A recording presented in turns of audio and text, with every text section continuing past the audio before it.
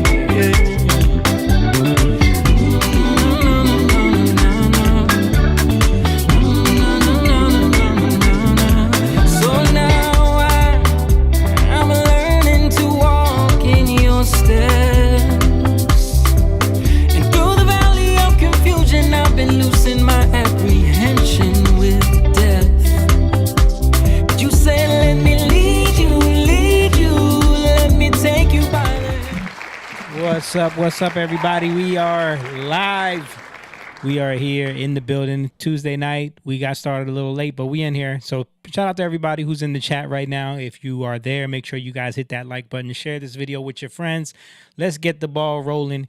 You are with us. We're here watching Young Lion TV. Let's go.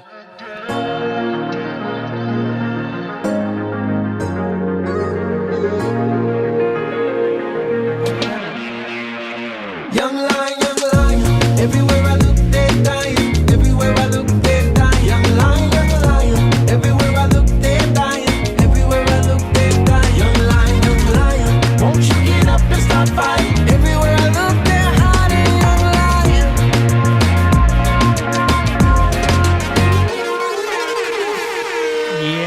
Yes, sir, Young Lion TV.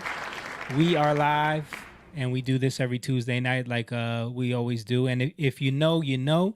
And if you don't know, if you're here for the first time, you're just catching us. If you're just finding out about us, this is a podcast that we started years ago with me and my brothers and my friends and family. And we just we started having conversations live in front of, the chat and in front of these cameras and showing people a lot of the topics that we felt like we needed to discuss and talk about and be real and honest about things that we've learned and mistakes that we've made in our lives as we've grown as men, husbands, brothers, fathers, all that stuff. And, we've seen a lot. We've been on tour pretty much our whole lives. We've been in the music business for a long time. We've been a lot of places in our life and time, sung a lot of songs and made some bad rhymes. We've acted out our life on stages with 10,000 people watching. We're alone now. But now we're not alone. We're a community of like-minded people who, what we do is we try to challenge each other on life and ideas and issues. And we try to understand the trappings of young men and the things that we've kind of were the spells that we were under as young men. I think we don't talk about stuff like that enough. We had fatherly role models in our lives, but I don't know, for some reason, those kind of topics were never really addressed. And I think for us, it was important for us to allow the younger generation and even to have like an archive of, one day we can just pull up topics that we talked about and show to our kids. If they get interested in certain things, we could say, oh yeah, we talked about this on this episode. Hopefully they come up with some kind of AI where you could just, right. You could just, because our episodes are too daggone long to be going through all of them. But hopefully you can keyword and find which one we talked about, Edward Bernays or Sigmund Freud or, the Freemasons or, the elites, all that stuff. But yeah, that's why we started this. And we've been honored to be able to do it this long and watch culture change in front of us.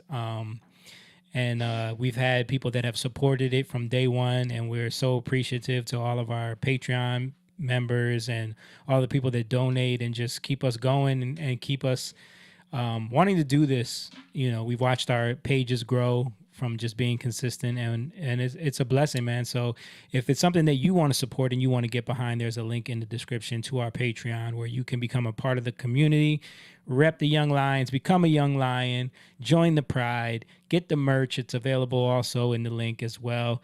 Get the merch where you can just rock it and show your loyalty to the Pride of the Young Lions. And also our band's website's on there where we do shows and tours and all that stuff, so you can come see us live. And the Cash App link's in there as well. So shout out to everybody who's in the chat. Make sure you guys hit the like button and share this video with your friends. That is the easiest way to support what we are doing, and it's completely free. So without further ado, sitting in with me today in the building, he's here. He's back. What's up? He is the brother, Mr. Simone Chang, the coolest Asian in the podcast land. What's up? What up? How you doing, man? I'm doing good. Uncle Denny says shalom, so I'm going to say shalom. Shalom. I mean, well, it's Ramadan right now, so we need to say salam alaikum. Salam alaikum. Yeah, but they're not having a good Ramadan right now. No. Not in certain parts of the world. Well, Ilhan Omar was trying to give things up, you know. Yeah. Yeah, I don't know if you saw that tweet. What did she say? Saying that we like to attack Muslim countries during Ramadan. What is Yeah, that? What she yeah, said? I yeah. didn't see that. I gotta pull that up. Yeah, that's hilarious. Like, come on, girl. She keeps showing where her loyalty is, Right. and I don't understand why she's allowed to have a seat in Congress when she keeps blatantly telling everybody that she is not about this country. Yeah. She's about her people. She's about Somalians and Muslims. Yep. Like, Back to your country then. yeah, that's crazy. Whoa, mom. Speaking of mom, she's in here. She's in the building, sitting in with us today, producing, doing her thing. She is the based boomer. She's our mom. We love her, Miss Angelique Lopez. Your hair is looking long, Mom. You letting your hair grow out? It's just that I always have it up. Oh, true. She got makeup on. Yeah, Where you going? She's trying to get a date. Where you She's going? trying to get. She must have somebody in the chat that she's trying Who's to. up in the chat? Who's in the chat? Somebody who's been hitting on my mom. I want to see the. I want to see. I'm gonna start checking her DMs. Our boy Phil Warner is in What up, Phil? from school. What's up, Phil? Williamstown High School alum in the building. Shout out to Philip Warner, man. We've known that dude forever. Yeah, he said, "Walaikum salam." Yes, sir. But yeah, it's and I'm here. I'm the light skinned guy with the beard that looks like somebody that you think you know, and maybe a celebrity that people always mistaken me for. And I'm Jamie Evans. Jake's supposed to be joining us soon. Hopefully, I mean it's already 8:45 and he's still not on, but Phil said y'all crazy. A little bit. Yeah, no. We just like to have fun. We have fun together. We've known. I was just thinking about this the other day. We've known each other for so long. Like since what do you say? It's 30. It's 30 years. It's 30 years now. 30 years. Because it was 1996 when I met you. Wow. 1996 is when I met you. So I probably known Phil just as long. Yeah. I probably known Phil just as long as that. But I mean, us, we've been hanging out since then. Right.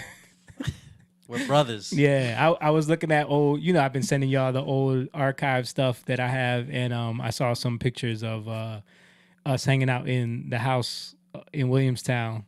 Remember, like after I graduated high school, I was there like every day. Yep. That was the place where stuff happened. Like burning down grills and shooting holes through fences. No, that With was at bottle rockets. that was at my mom's house. That's what he's trying to say. That was Wait, I'm talking about your house. Oh, my house. Yes. Yes, you were there a lot. No, I was there every day. Yes. Every day? Yeah, literally, I would get up and like go to school or do whatever I was doing in college, and then I would be at Moan's house. Yep. I would be always Eating there. rice and sausage. Yep, rice and sausage With chopsticks. chopsticks. Because we ain't have no forks. Yep, Really? yep. Wow. Getting on AOL dial up. We're almost there. Yeah, man. Yeah, it's so Crazy. So 30 years, man. Phil said Sandlot forever. Heck yeah, Yeah. man. Sandlot, classic movie. But yeah, man, it's March already. Can you believe it? I can't believe it's about This to be year's Noah's, flying by. Noah's about to be 16. 16. And Lisi too. Yeah, And guess what? Next week is going to be what? In the 70s? I'll take it. 77. I can't believe it. Yeah. I'll Like, take that's it. crazy. Yeah. Freaking Noah crazy. just I got to get his eye test and he'll be ready for driving. Wow. He passed his written. You passed the written. Passed the written. Got to get the Are you gonna like take him out yourself? I'm debating on that because I think like if he goes to Driving school. he Yeah. gets like a discount on insurance, yep. insurance, Mhm. and that might be a biggie. So Yeah, I did that. I gotta look into. Yeah, you had to do it. Yeah. Because you... Yeah, trying to take you out. It was like a nightmare. they was afraid of me on the road, boy. Well, the apple. What's the saying? Don't The shut apple up. don't fall far from the tree. Right? Like We she were got just room talking to about talk. that at church. At least she got room to talk. Like I could drive now. Yeah. Yeah, that's funny. Yeah, time flying. This year is 2026, man. We got a lot to do. Got a lot to get done. Yes, sir. A lot of things that need to happen. But man, it's already crazy stuff been going on. Yeah. These are the signs of the times. Yeah. Yeah. I mean, what are you guys feeling about this whole strike on Iran? What's your feel on it? Your take on it? I just think that, they've been, and my mom hasn't switched my camera in a long time. she's into the conversation.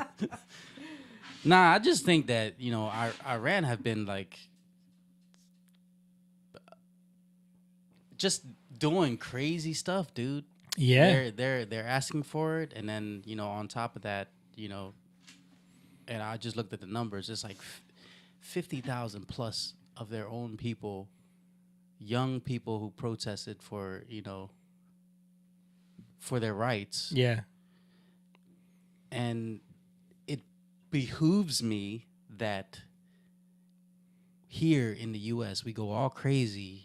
Like to me, it's like one life loss is too much. Mm-hmm. But 50,000. When do we step in? I understand like people don't like it. Like, oh, we have problems here. Yeah, we do. But 50,000 where they're assassinating. They're going to the hospital. There's pictures of them with bullet Yeah. holes. They have catheters on them. Yeah. And somebody opened, their body bag and the bullet holes like right there. That means that they're going to the hospital, knowing that they were at these protests and just assassinating them. Mm-hmm. When do we step in as a country? Yeah, that is a tough question, and I think that's what a lot of people are struggling with. Like even my mom called me. I remember, like, why are we? I thought he said no new wars. Mom, you're not switching cameras. Man. Oh. She was like, I thought he said no new wars. Like, what's going on in Iran? And like, and that's been the struggle for a lot of people that are, especially people that voted for Trump for that reason, for Right. like, not wanting to, be involved in stuff that's going on in the Middle East and these other countries and things like that, which I understand that side of it as well. But there is like also the side where it's like, okay, but how much can we let happen if it's going to affect us, And I see the moves that he's making strategically, like, because all these people are talking about, like you guys were talking earlier about the gas prices, and there's a possibility of a surge because of what these strikes did and them cutting off that canal or whatever. But when you look at the strategic move to go into Venezuela and remove Maduro right before he did this, that was so we could get control of that oil, so that it doesn't affect us as much as it would have. Yeah, right. That was it's our backyard. Yeah, it's our backyard. Not only that, and we are the ones that funded that oil.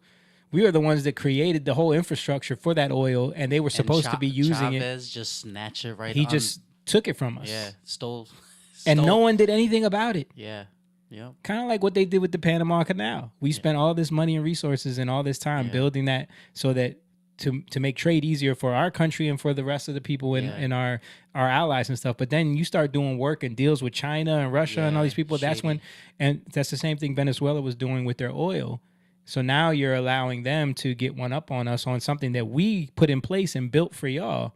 So yeah, I mean, when you see, there's a lot of nuance and a lot of things that go into these decisions. And I feel like Trump is at a point now where he knows doesn't need to get reelected. And he's making moves for the future. Mm-hmm. Even if they do seem all over the place, like the moves that he's making are very strategic for the future. Like, the Ukraine thing never made sense. Yeah. For us to be sending all this money to Ukraine, like It never made sense. if you knew, you know, What they were doing with that. what they were doing, you know, and Hunter Biden getting money sitting on the board of, you know, something Burisma. he knows nothing Yeah. about. Yeah, You know? and Joe Biden going over there and threatening the prosecutor who's investigating them to pull $1 billion. Yeah, but that's what when you're talking about the people that, you know, the selective outrage, if you will. It's the people that are so upset about this, but did not care about Ukraine. Right. Did not care about when we went into Libya and took out Gaddafi, when we bombed Yemen, when we bombed Syria under Obama, there was no outrage. Yeah. It's just like we talk about the ICE raids, like when the amount of people that were killed by ICE, by people under Obama, the amount of people that were arrested, regular everyday workers who were here illegally were arrested under Obama. They used ICE to do it. Tom Homan was the one in charge, got an award for it, but the outrage wasn't there. Why? Because it's framed a certain way. It's just Trump. Because it's Trump. It's just Trump. It's TBS. The Democrats and the media on the left have openly admitted to, you just got to be mad at Trump no matter what. Like, it's just about being mad at Trump. And and Phil might be able to contest to this because he probably saw me commenting on our boys. I usually don't do this, but you know, he did say something. Rich Williams. Okay. If you're hearing, bro, you know, I told him at the end, I was like, yo, I love you, dude. We can talk, you know, in real life if you want. Mm-hmm. But I did say, you know, it's selective outrage, and I did, you know, mention the human rights thing. Yeah. You know, people are just mad at, you know, things they want to be mad at, and I don't know, turn a blind eye, but make an excuse for why, you know, Obama was okay when he did it. Yeah. You know, it's really selective outrage. Well, yeah, you know? it's just, you know, we have another reason to be mad at Trump and you know, point the finger at Trump and all the Trump supporters and say, look what you're doing. But you know, when we had this conversation with other people in the band and stuff, like, and they think like, oh, so I'm not supposed to be mad that people died, and it's like, no, it's not that. It's that you're only mad now because it's being framed to you. They're telling you, and it's Trump, and they want you to be mad. Yeah. So now you're accepting that and you're being mad when this has been going on forever and you did not care. Yeah. And You it's know. like you can't feel two things at once. Like, Yeah. I can feel compassion for, you know, that painter that got arrested under Obama. Yeah. He's just trying to, you know, have a better life for his family. Yeah. I can feel compassion for that. But I also believe in the law, and he also took a risk Yeah. himself. So, Right. you know, you gotta, you know, own up to that. Yeah, man. Like, listen, Accountability. If we all could have the worst, you know, tragic stories in our lives and decide that we want to do something about it, and maybe we have to, like, you know, do a little bit of scheming and scamming to get it done. But if you get found out and get caught, and now you have to pay the price, like, is everyone supposed to just feel bad for you? Yeah. Like, Yeah. no, it's like you took the chance. You knew that this was a possibility. We've had family members that had to do prison time because they were doing shady stuff and had to be taken away from their family. Do we, even though they were just trying to feed their family, just trying to make a better life for their family, does that mean that it's okay? Right. I mean, if you listen to AOC, they were just trying to feed their family. Yeah, they just want bread. So Phil is writing some stuff, a lot of stuff. Okay. So that's why Mom's not switching cameras. She's reading the chat. All right, I'm gonna read your stuff, Phil. So it might be going back to other stuff he was talking about. You control the Straits of Hormuz. You control about 20 to 30% of oil distribution. Iran was also supplying Russia with cheap drones. Pretty much a part of the axis of evil, but they're still human beings. Yeah, they are human beings. Yeah, they are. Absolutely. But were the 50,000 people that, you know, this crazy regime killed Yeah. You know. I mean, absolutely. And when you got people out in the streets protesting about fascism and women's rights, but then you don't see Iran as a problem Yeah. for women's rights and fascism and straight up, tyranny, it's hypocrisy. It's a complete blind eye, because that is not the, Islam is a friend to the left for some reason. Yeah. It's and that's what I'm saying. Like you kind of take pieces of it, Yeah. and accept it, and Right. then you kind of like Turn a blind eye to the rest of it. Yeah. forget about the other stuff that Yeah. happens with extreme Islam. He also said it's sad state of affairs. Those people don't make those decisions. Iran and Venezuela provided 65 to 80% of Chinese oil consumption. Right. So Yeah. why do you think they, That's we why had to I mean, control like I that? said, this is all strategic, and that strait is a huge reason for all of this as well. But I think that, like I said, the Venezuela thing was part of the plan, to gain control of that oil, so that we could control. I mean, Venezuela is the biggest oil deposit in the entire Western Hemisphere. So Yeah. And he said the crazy thing is strategically it makes sense, but it was executed poorly. I don't know. I mean, Was it poorly? what was done poorly about? I mean, it was actually kind of impressive. The same thing with Venezuela, like the way they went about that. Like what was go into detail with how it was executed poorly, because they waited for them to be having a meeting. All of the top officials in the government bombed the building, took them all out at the same time. Then on top of that, afterwards, they were meeting to try to reelect someone else. Yeah. And then took all them out. Yep. Yep. I don't know. In the meantime, I just want to play an example of what we're talking about with the logic of people on the left and liberals when it comes to, like, it's just about hating Trump no matter what. So you could pull this up, Mom. Being pro women's rights, who do you think is more for women's rights? The Trump administration or the Iranian regime? I'm against Trump, so I guess I'll go Iranian regime if it's between the two. As a Just that right there. Can't even think logically through the question. It's just, I'm against Trump, so. And this is what we did. This is what we're dealing with everyone that we talk to, all of our friends, all the people. This is how the media has brainwashed and just put this straight, like, spell on people, where it's like, I'm against Trump, so no matter what he does, no matter how it goes, no matter who it's against, Trump is worse. Yep. It's funny, Yeah. Jamie. I was watching this. I had to turn it off because it's so ridiculous. I mean, it's just such a great example. Phil said a lot, but this is the one that struck out. He said, we weren't talking about Gaza, but he said Moon 1.5 million in Gaza, a genocide. Yeah, that's a totally different topic. Yeah. That's a totally different topic. And again, And people were out there protesting for Gaza and for the Palestinians there, but they don't care about the people that are being oppressed in Iran.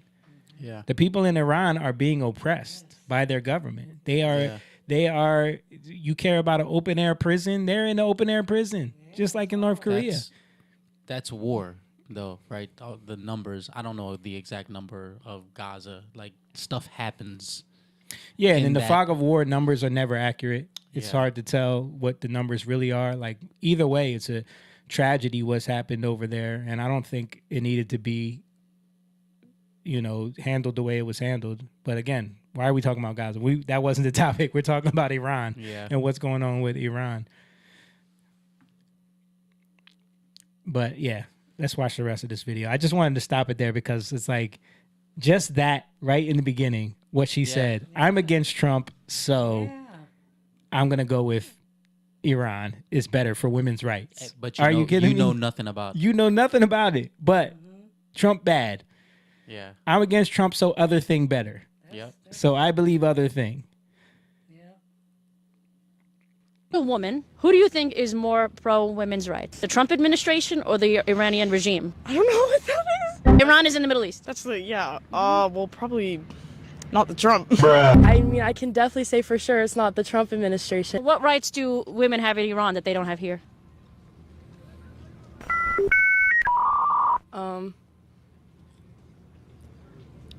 These are college What students, rights right? do we Yeah. not have here as women? Well, You see, the one girl didn't even know where Iran was. Yeah. She was a college student. Sad.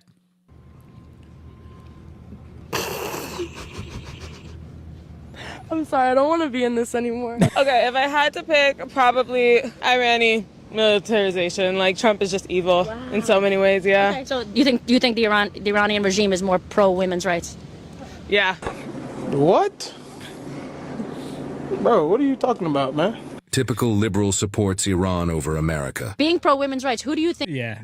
I mean, this is what we're dealing with. Yeah. This is what like, there is no way to logically think through things. It's all on emotion. It's all on what you've already been fed and prejudged a situation, Yeah. prejudged what Trump was going to be. This is what they told you he was going to be. This is what they tried to paint it as.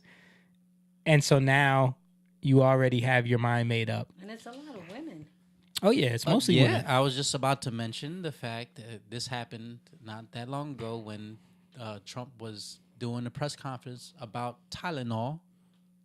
And I think RFK was there too. They were talking about how Tylenol is, not good. Yeah. Especially if you're If pregnant. you're pregnant, yeah. And then social media does the social media thing, and hundreds of pregnant women are taking videos of themselves taking Tylenol. Yeah. Even though it says on the Tylenol thing, do not take Tylenol while themselves pregnant. tweeted out that people should not take Tylenol while they're pregnant. Yeah, it's They're so ignorant to do that. I posted that video. I made a video of that on our Yeah. on our pages of the women doing that. yeah, Like, and it's just an example of Trump says thing. I'm against it. yeah. Yeah.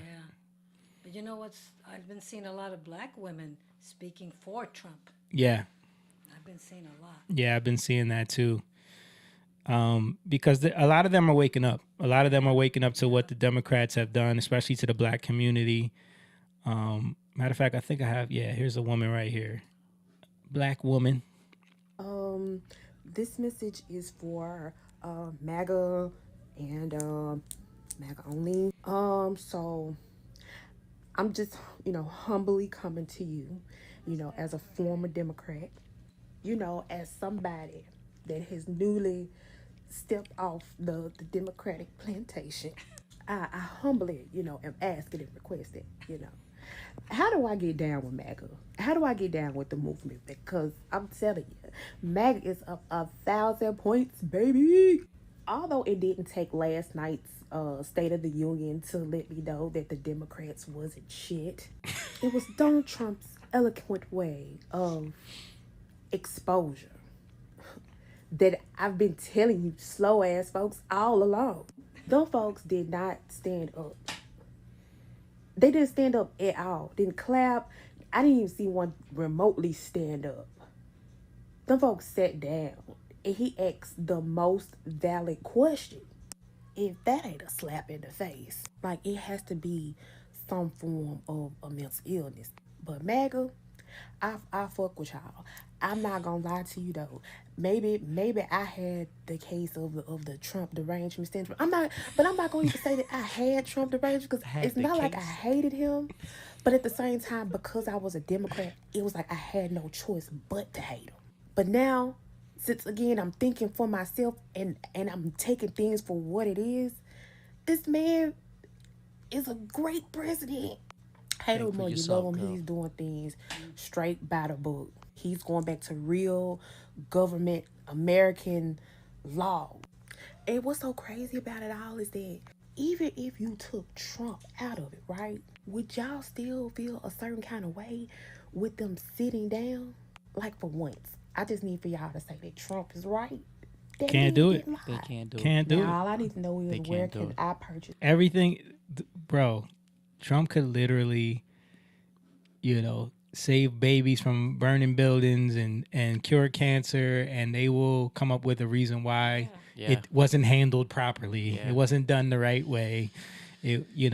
I see Phil still going on He about is going off. about, It's hard. It's hard to keep up with you, well, bro. I mean, I saw the one comment about Iran being upset about how Palestinians are being handled in Israel, but yeah, that has nothing to do with like what they're doing to their own people. What does that have to do with what they're doing to their own people? Iran, fund Hamas. Yeah. They fund a lot of terroristic stuff that happens. Exactly. He said this is one thing where he said Iranians hated Khomeini, right? Yeah. But they don't like us either. We're a Christian nation. They're Muslim, bud. That's not true. Yeah, that's not that's true. part of the oppression, and that's part of the misconception from people here in Yeah. the West. People that are misinformed, they don't understand world history and how all of this came to be. They're Persian. Yeah, they're Persian people. Iran became a Muslim nation in 1979 when they got taken over. They were not a Muslim nation, and most of the people that live there don't want to be under the Muslim regime, but they have to, or else they'll be killed. Before all this happened, I'm gonna tell y'all a story real fast. Actually, Jess, sometimes she's like, I don't want to say prophetic because it sounds all, Yeah. we were actually talking about this. Mm-hmm. It might have been like a year and a half ago. She told me about, which I didn't know myself. She was like, did you know that there's like a hidden church in Iran? This before I even knew that, like people hide, their Christianity, and they have an underground church, and it's powerful. And then she said, I pray that Iran gets liberated. And then like a year and a half later, this happens, and she's like, I hope that Iran can be an example even to Israel, to have even Israel come to the Lord. Yeah. You know what I'm saying? And this happened. I've been seeing a lot of videos of them praising Jesus. Yeah. To get all these Iranians. Yeah, I saw a video of them singing Waymaker. Yes. Yeah. I was gonna send it to Carter because that's Carter's song. But they were singing it in Arabic. They were singing Waymaker. Yeah. And that's Carter's song. He likes that song. But he liked it. Yeah. Because when we did a show at a church, and they were singing that song, and he was like, "Yo, I like this song." So that's his song. Yeah, there's a lot of videos, man, and I hope you go and do some research and find it, Phil, because they're happy that this is happening, and just like Jamie said, they're praising Jesus. They're not all Muslim there, Hi, Jake and James. Oh, Jake and James are both on. Hey. How long you been sitting on there? I just heard. Yeah, I heard somebody pop on. I was here for a few minutes while y'all were Yeah. talking. Okay. I was James seconds. There was an echo. Yeah, I'll take care of it. Yeah, I don't know if you guys have heard us.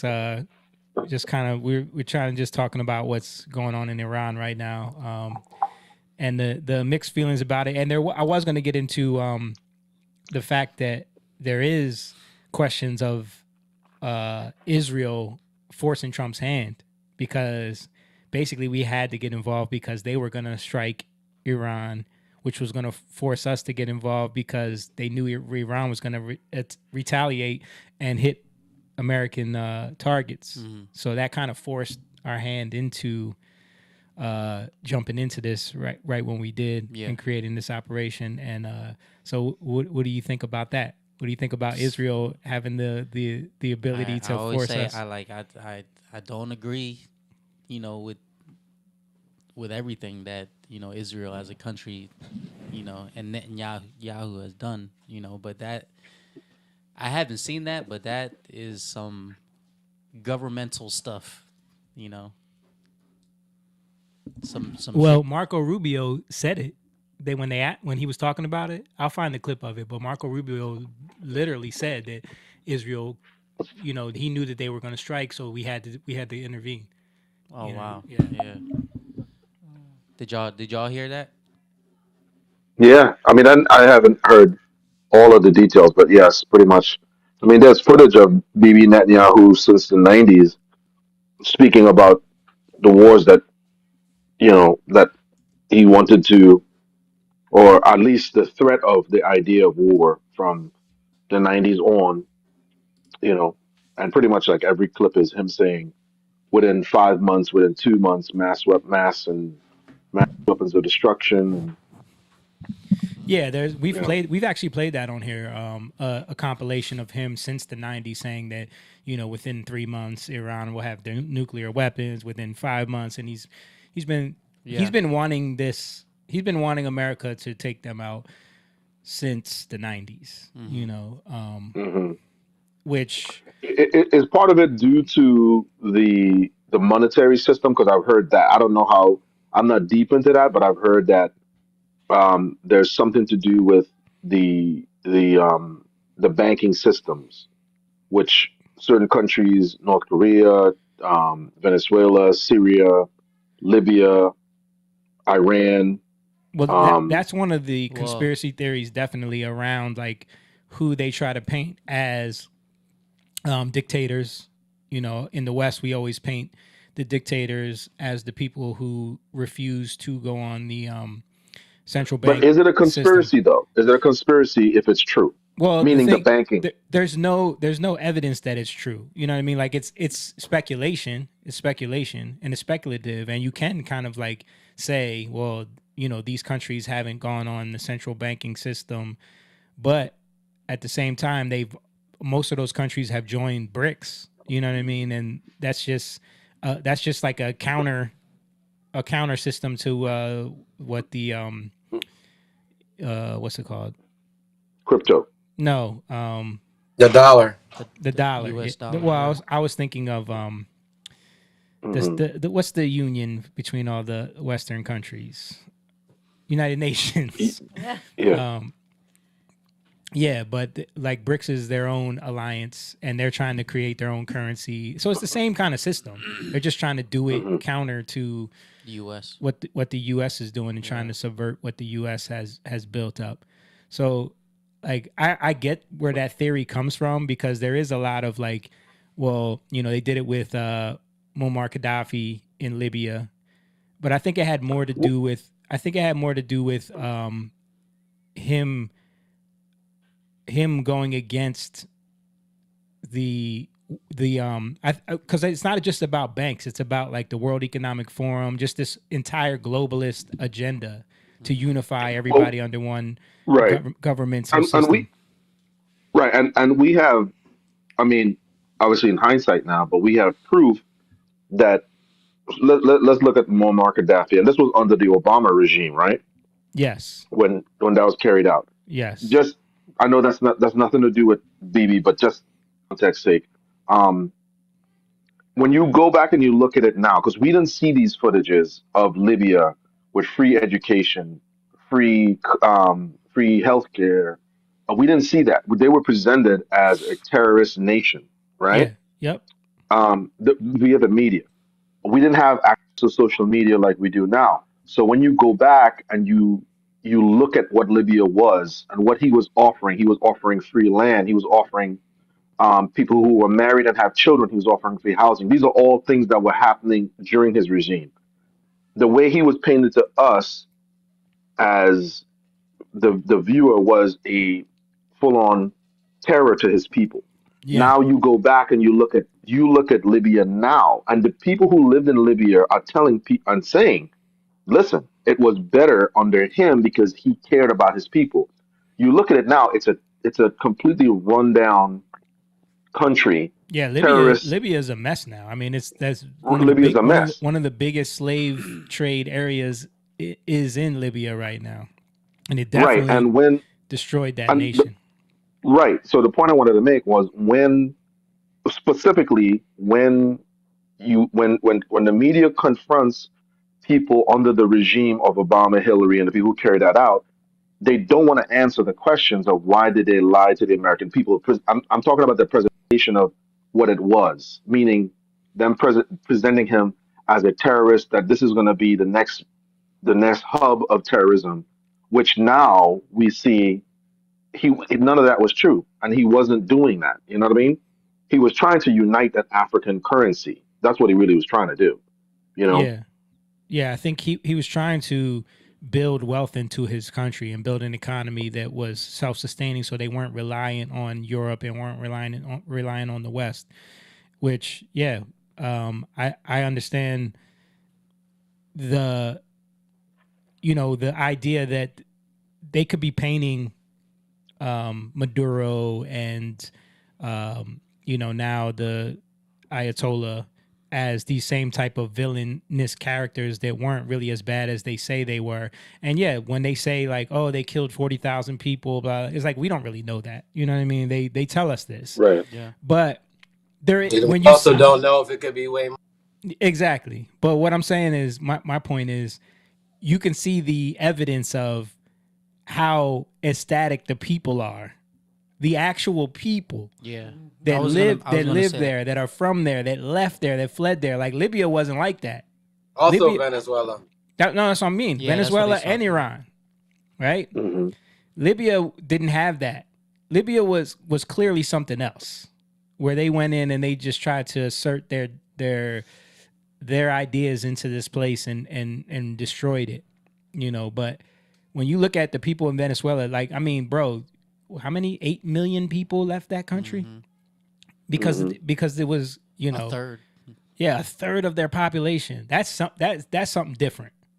Because it's so. Yeah. It's being No, I'm not saying so, it's all the same. Obviously, there could be different. There's different, different varying degrees of how things could be. I'm talking about like the more for me. I'm saying the way the media and the way things have been presented to us, it's almost as though, look at this. This is another terrorist cell that's coming. And like you said, it could be more, it could be less, but we don't. And in the years later, we find out this is nothing what they talked about. You know what I mean? What I'll say is, look at the difference though in what the media is saying about Venezuela and what they're saying about Iran, as opposed to Libya. They're telling us that this was horrible what Trump did. The media is saying that this was wrong, that this was horrible, that Iran, that Venezuela was fine, the people weren't that bad, and like they're not painting it as this is some, like certain ones that are like the establishment, kind of the ones that have to toe the line, they will say like, yes, he was a dictator, but we don't like the way it was handled. You know what I mean? Like, this should not be, you can't subvert Congress. Like, it wasn't like in Libya where Hillary Clinton was on the news and said, we came, we saw, he died, and everyone laughed and cheered. You know what I mean? Like, you could see that the media is still trying to paint it out as a bad thing, which is there's a difference. So even the propaganda is not being spun the same way. You know what I mean? That just made me think of Jordan's Babylon Bee thing that he posted on there. Yeah. CNN said, which is satire. CNN said Iranians mostly mourning Ayatollah's death. Yeah. That one made me chuckle. Yeah. Chuckle. Yeah. I mean, but I did see news outlets on Twitter posting like, "Oh, people are protesting in Iran over what Trump did." How many times did we see the news talking about people in Venezuela were protesting? They want their leader back. They're in the streets protesting. They're not happy with what Trump did. So, like, there's a clear difference in the propaganda that we were seeing during, even during. What was the guy Assad in Syria when they were bombing Yemen back under Obama? Like, we were just being straight. Even during Bush, like weapons of mass destruction, and everyone in the media was being sold this lie of weapons of mass destruction, and we have to go in there because he's a dictator, and we're freeing the people, we're liberating the people of Iraq. We're not hearing those same unification in media, the chorus of voices, like those videos that we play where everybody's spewing the same talking point over and over and over again. We're not seeing that now. So there is there is a difference. I understand why the conspiracy theory can kind of like can make sense, because they do. Anybody who is not willing to go along with the world banking system or the World Economic Forum's idea of what the new liberal order is going to be, they will paint them as some kind of dictator and crazy person. They do it with Putin. But yeah, I don't know. Like, I just don't see the same evidence in the media and the same evidence from the people that are like cheering and so happy with what's going on in these countries now that the dictators are removed. So I don't know.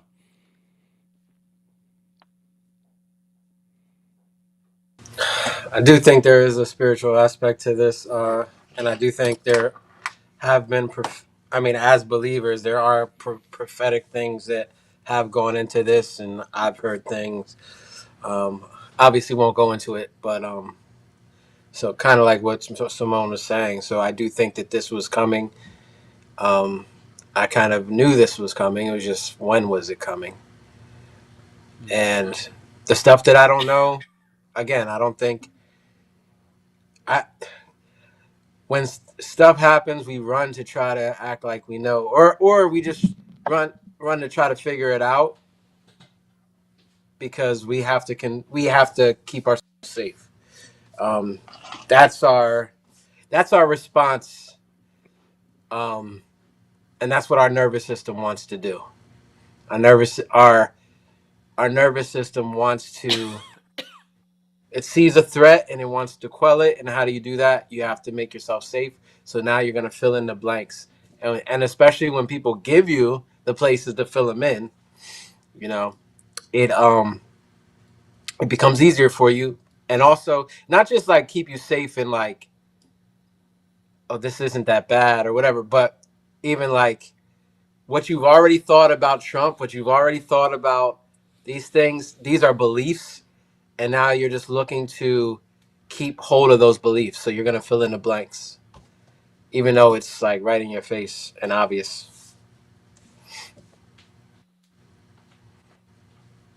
Yeah. Yeah, I don't know. Did you see the clip that we played where they were asking the college students about who was worse for women's rights, Trump or the Iranian regime? Did you see that? Yeah. Yeah. College students. It's sad. But that's exactly what you're talking about. Like, you Yeah, already that's the made up your confirmation mind. bias. Yeah. But I want to show this woman who went viral on X. She's kind of talking about talking to what you were saying, James, about the media and their spin on this situation. Oh, I lost the audio. Hi, Iranian woman here, back again to answer the number one question that I get asked all the time. Why will the mainstream media not report on Iran, the uprisings, the protests, the demonstrations against the regime? There's actually a very simple and clear answer, and you're going to understand it like that once I put it into a conceptual framework for you to make sense of. Here's the tough pill to swallow. The reason that the mainstream media will not report on Iran is because the Islamic regime is their ally. Okay, their ally in what? Their ally in the war on the West. The war on the West was originally fought by the communists against the West. Now the baton has been passed to the Islamists. Now here's where it gets interesting. The Islamists are not alone in their war on the West. They're actually working with their allies who are internal. Okay, so the Western left are their allies. But it's not just the Western left anymore. There's now been a fusion between the woke left and the woke right. They've made a super pact, right? They are now the super woke. So the Islamists are in an alliance with the super woke to destroy the Western world. Now you have the foundations. Let's talk about the role of mainstream media. Mainstream media, okay, their responsibility in this war is to manage your perception, how you see the world. How you see the world is shaped by what you are exposed to. Therefore, the mainstream media is curating an alternative universe where you see exactly what they want you to see in accordance with this story that they're creating. What is that story? The story is that the West is the source of all evil and the jihadists are actually just oppressed freedom fighters. So what happens? Let's put our thinking caps on here. What happens when the media exposes the truth of what is happening in Iran, what's happening in Afghanistan, what's happening in Yemen, what's happening in Sudan, what's happening in the Congo, what's happening in Nigeria, what's happening in Lebanon, what is happening in Gaza under Hamas?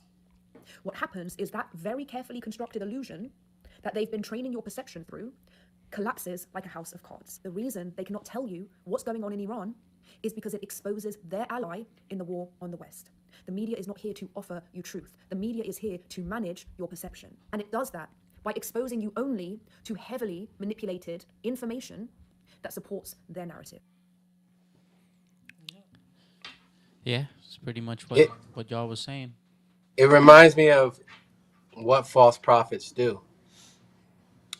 In Jeremiah, it says that they speak imaginations out of their own hearts.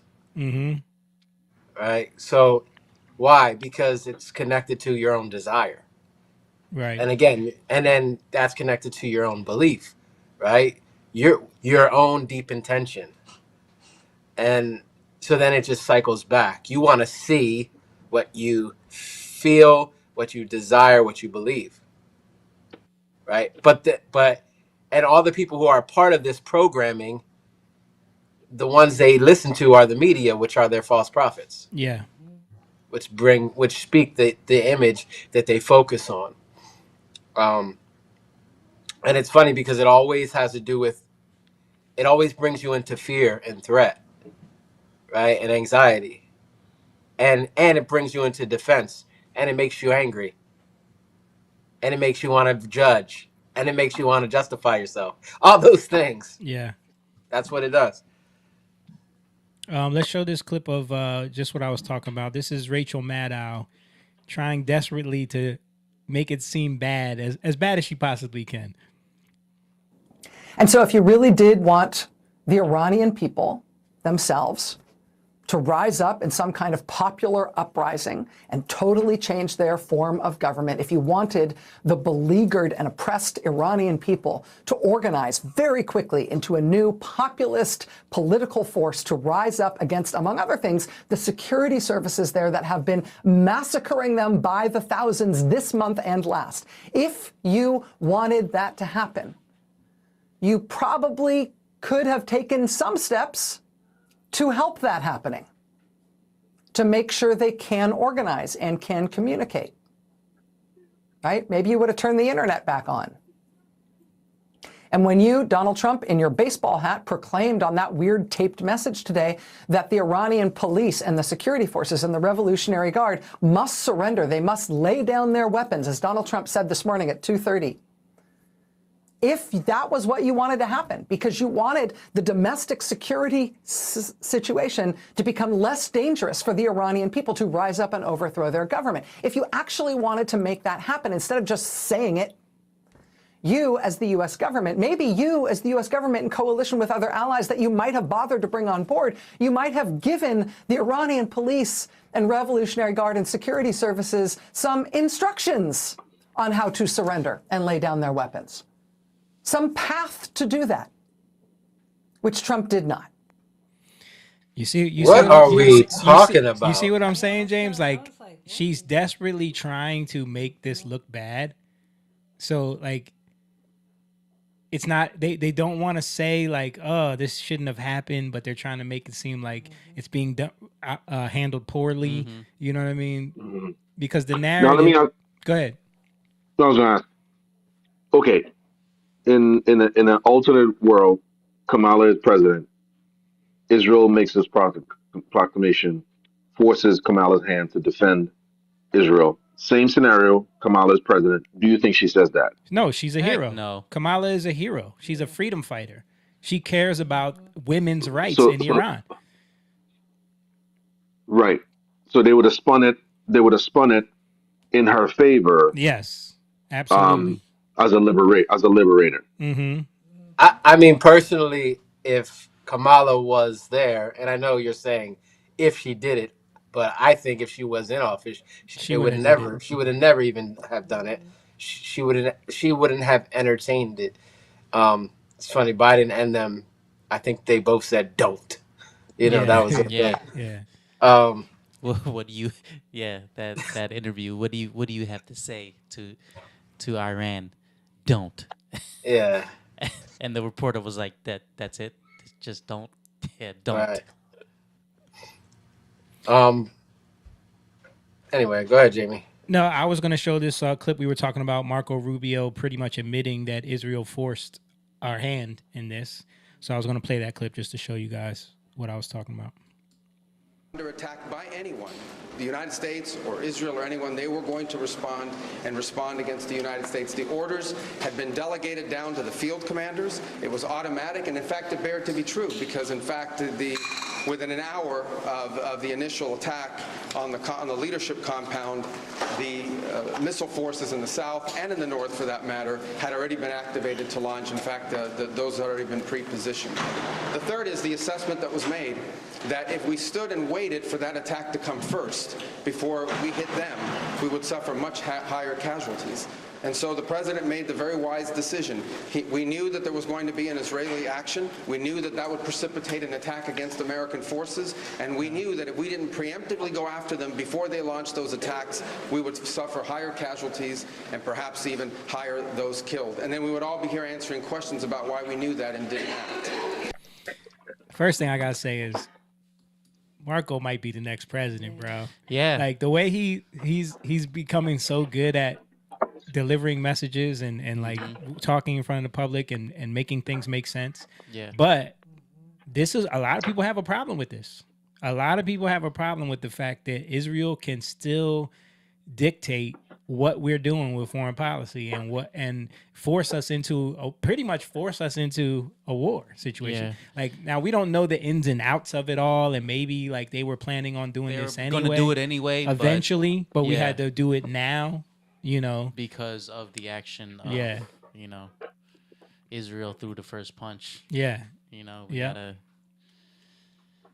I mean, I don't like it either.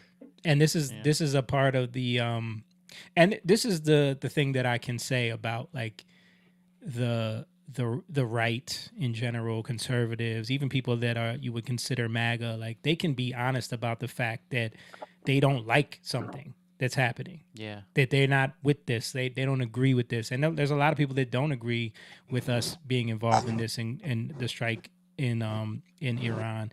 I would say we don't know the intelligence behind it. Yeah, we don't. We absolutely don't know what was planned through by Iran. We don't know.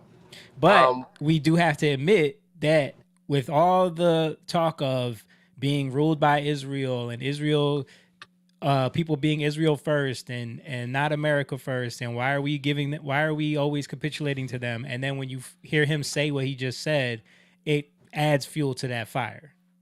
It could add fuel, but to me, it's like just because that happened and was said it doesn't mean it correlates, right? It doesn't have to mean that it correlates. But you could put those two together, and again, it's confirmation bias. You can put it together if you want to put it together, and the people who are looking for that are gonna put it together, whether you explain yourself or not. Like they're gonna do that, you know. Now, am I saying that Israel was right and Trump was right? No, I'm not. I'm not saying that. I'm just saying we don't know. And I have a problem with making judgments and jumping to conclusions and correlating things that might make sense, but they might not make sense. And I think we do that too often and too easy in this country. You know. Yeah, we can't know. We don't know the behind the scenes dealing. But when you ask a senator or a United States representative, Israel first or America first, and they can't answer that, or they say Israel first, you're not speculating. They're saying it. You know what I mean? Yeah, but that's not the president. No, but you're talking about public officials. You're talking about government officials that are supposed to be on the behalf of the American people who can't answer that question. So at that point in time, they're not speculating when someone can't answer. If I say to you, Jake, your kids are the neighbor's kids, and you don't say anything, what's my assumption? You know what I mean? If I say, who do you love more, your kids or the neighbor's? But I'm not talking about that. That has nothing to do with the war. No. I understand. I understand what you're saying. I understand that in the background we don't know. Don't know what's happening militarily. We don't understand intelligence-wise. We don't. But what I'm saying is, I'm saying what people are going off of. It's not just speculation. It is them watching their senators and their leaders can't answer basic questions, or avoiding it. That's what I'm saying. So you can't But say that's speculation. that is speculation No, it's because not. okay, No, it's not let me speculation. say it again. If a senator says Israel first, right? Some or a politician says Israel first. That doesn't correlate to America going to war. It's not the same. It doesn't correlate. They could have some kind of influence, but that doesn't correlate to America, the country, going to war. Now No, you we're not can talking about war. so We're not talking about war. well We're that's saying no, that's what this I'm is talking about. That's what this is we're talking. before war though. This is before war. This is before this happened. This has been happening for years now. So we're not even talking war. I'm just saying we're saying people are questioning whether it's Israel first or America first. But This has been happening for before this war started. but Before again, this is a different. This is not the same presidential cabinet. These are different people. This so you can't like we can't. It's like when people say you make a blanket statement of man, the government is horrible. Like you can't just and there's aspects of the government that are horrible. There are things in the government that need to be changed. There's things that but when we blanket stuff and jump to conclusions and now say okay, this is the outcome of this, that's a problem and that's irresponsible. Whether and then I can understand why people would do it, but I still can say that's irresponsible because it is because now you don't know the full story. You don't know what's really going on behind and you shouldn't. They can't tell you when they're going to go to war because it's going to it's going to affect their plans. yeah, So but I'm not talking about the war. I'm saying the reason people feel the way they do is because for the last few years, forget the Iran war and striking. I'm talking about the last few years of watching senators not being able to answer if it's America first or Israel first led people down that path. It led the general public to feel, wait a minute, wait, we're not first? That's what I'm saying. They they have forced people into believing that the senators and the governors and the congressmen are putting another nation first. You know what I mean? but is that everybody No, not or is that a everybody. few? So then how can we so how if it's not everybody, then how can we just see these few doing that or saying it? Cuz I haven't really seen many, Well, right? no, not. And I haven't seen then everybody said it, but what I have seen is when you go and you look at their pages, you see support for Israel first. So that's what I'm saying. People are making a correlation and saying, okay, the people who stick in a mic in the face go interview everybody. No, but in general, when you look at their cabinet chief, you look at the flags that they put in their support in their offices. There is an overwhelming amount of support for Israel. So basically, through people watching these interviews and people just going up and asking them, is it Israel first or America first? And they can answer that, or they won't answer that, or they say Israel first. It has forced people to believe what they're seeing. You know what I'm saying? It's no longer people just blind. It's people are watching it and saying, hold on here. Just like we're able to see a push for homosexuality, they're like, whoa, something changed where this stuff 10 years ago, 20 years ago wasn't in your face, and all of a sudden now it is here. That's what people are reacting to.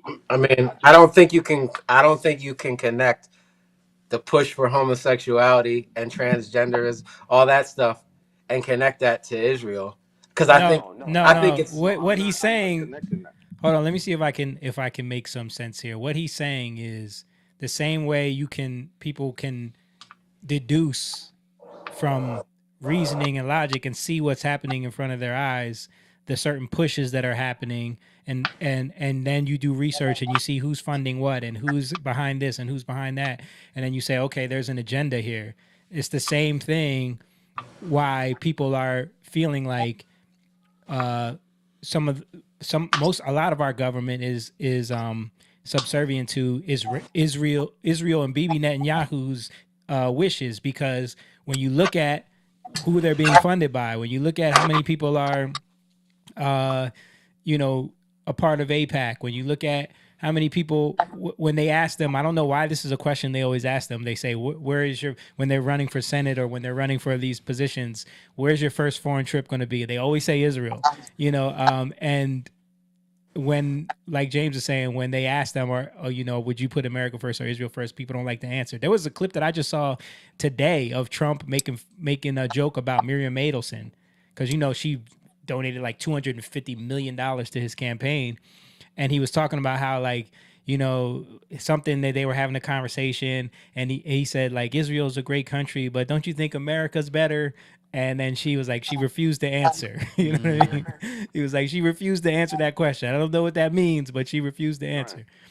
So that's what I'm saying. There's a correlation here.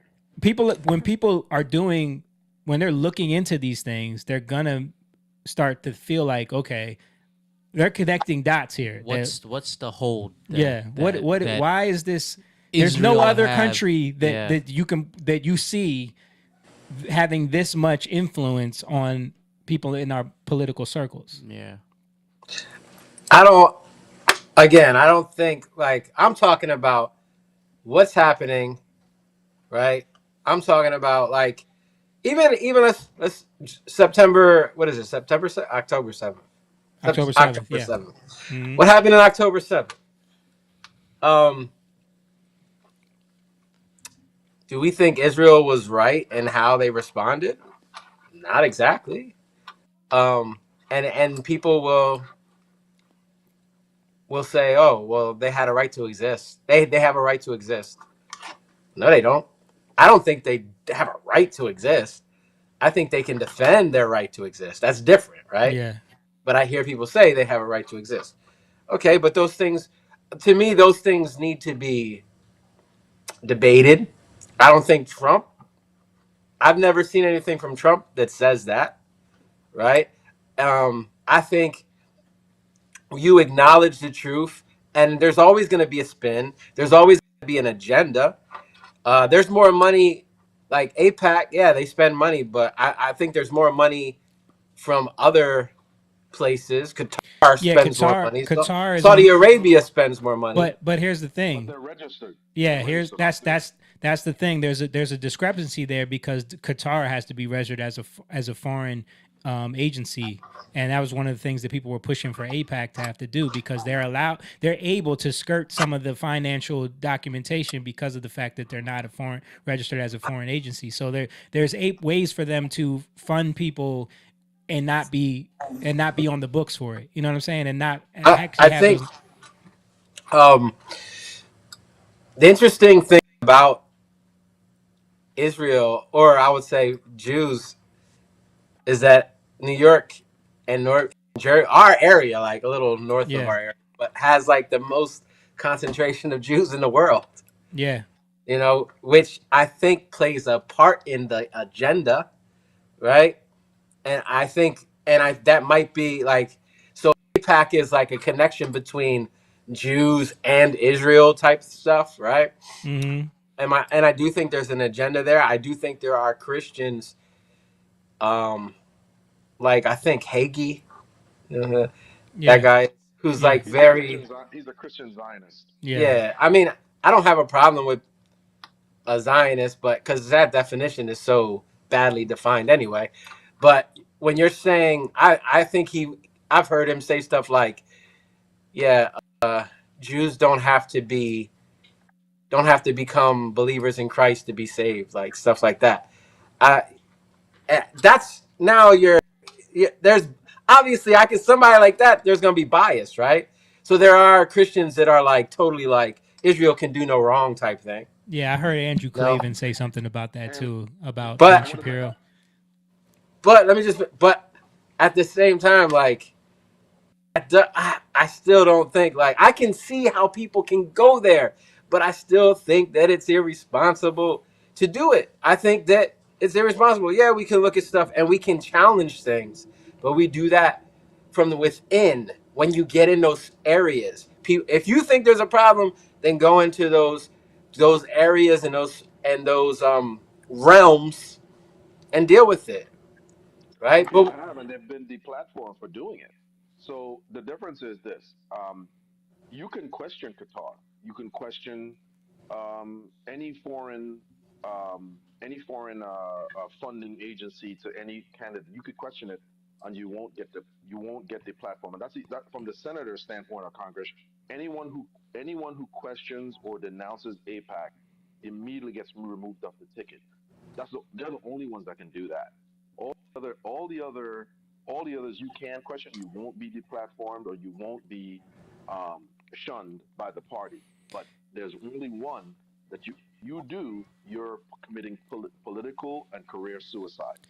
And not only that, you run the risk of, even if you're just a person who's questioning it, like you said, things need to be challenged and debated and questioned. You can't question anything. But there's only one topic that if you try to debate, challenge, or question it, you get labeled an anti-Semite. Yep. And that's where they lose. That's where they lose their credibility for, like, okay, people start seeing that, like, wait a minute, why are you so desperately trying to stop anybody from looking into what is going on here or talking about it or questioning it? Right, and there have been senators and congressional leaders and political figures who said, "Listen, all we've done is ask, and we've been decommissioned, deplatformed for just asking." You know what I mean? Yeah. That's what I'm saying. So it's more than just people, conspiracy theories, and people reaching. It's people are seeing that there's a pattern. Charlie, Like the kid that just did the documentary on Lakewood. He was praised for all his other findings. It's the same guy that we showed the poop throwing festival. It's the same guy. He was praised for all his other documentary. The minute he does one on the fraud that's happening in Lakewood and New York, he's deplatformed. His patron is shut down. And all he's doing is asking a question. He didn't. Well, again, who owns these platforms? Like or if you think about it, what is anti-Semitism? It's not really a straightforward thing that you can nail down, right? Yeah. So it's pretty much from what my understanding of it now, the new definition from the rabbis is anything that you question that Jewish people are doing, that's anti-Semitism. That's their definition. So, if you but why does it? Why is that? Why do you think that's a thing? How did we get here? And with that idea? Well, because going on for a very long time. Well, they have. I mean, what's at the root of it? They have it's fear. It's fear of another Holocaust. Fear of,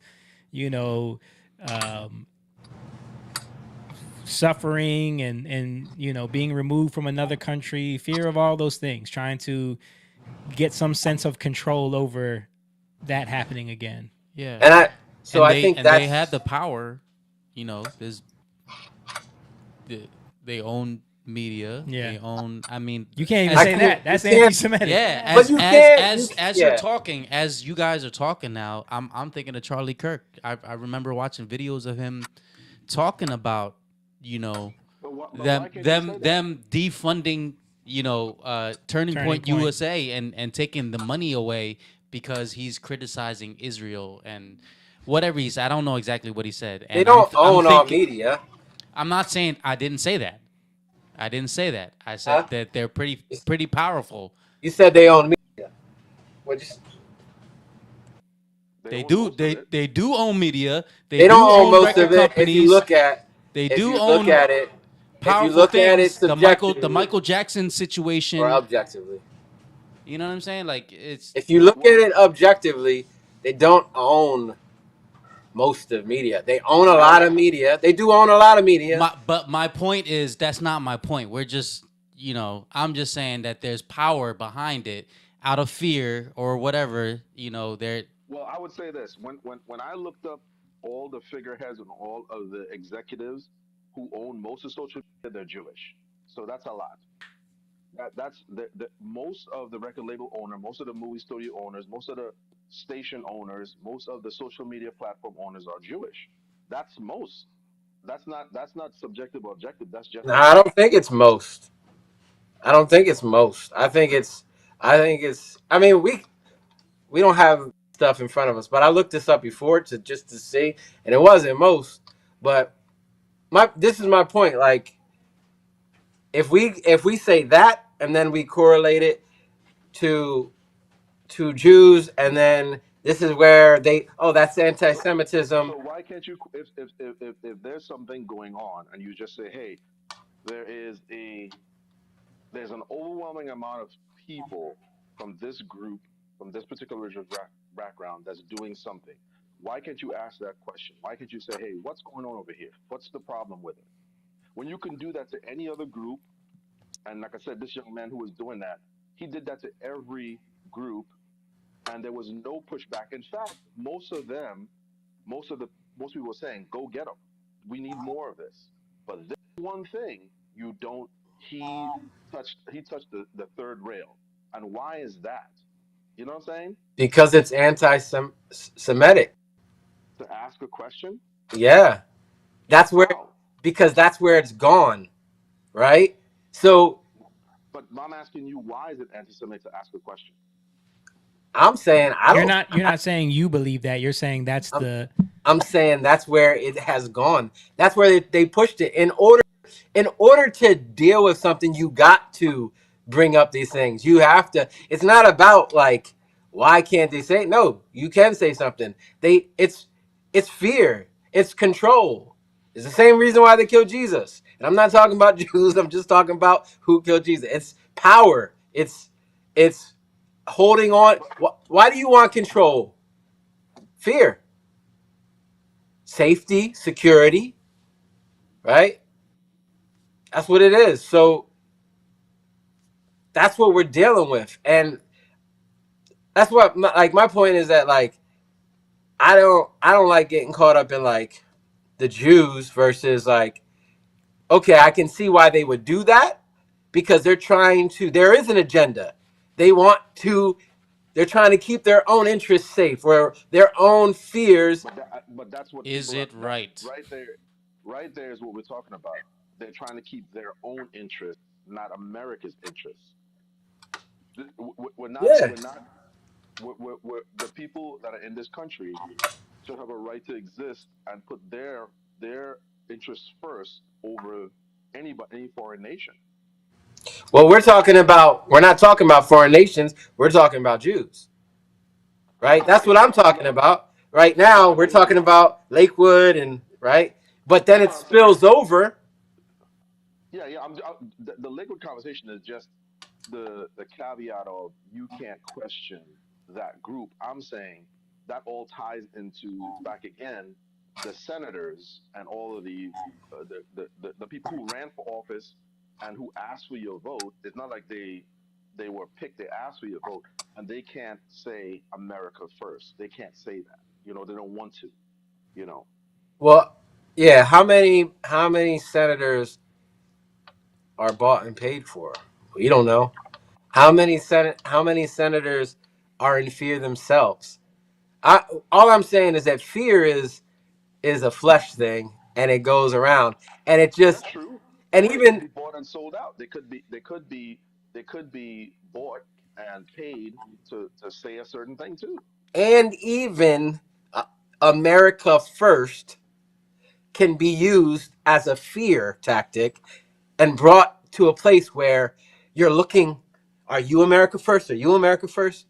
That's my point. Like it all can be used in that way, you know? And I think we can, am I saying there's not a problem with Jews? I mean, with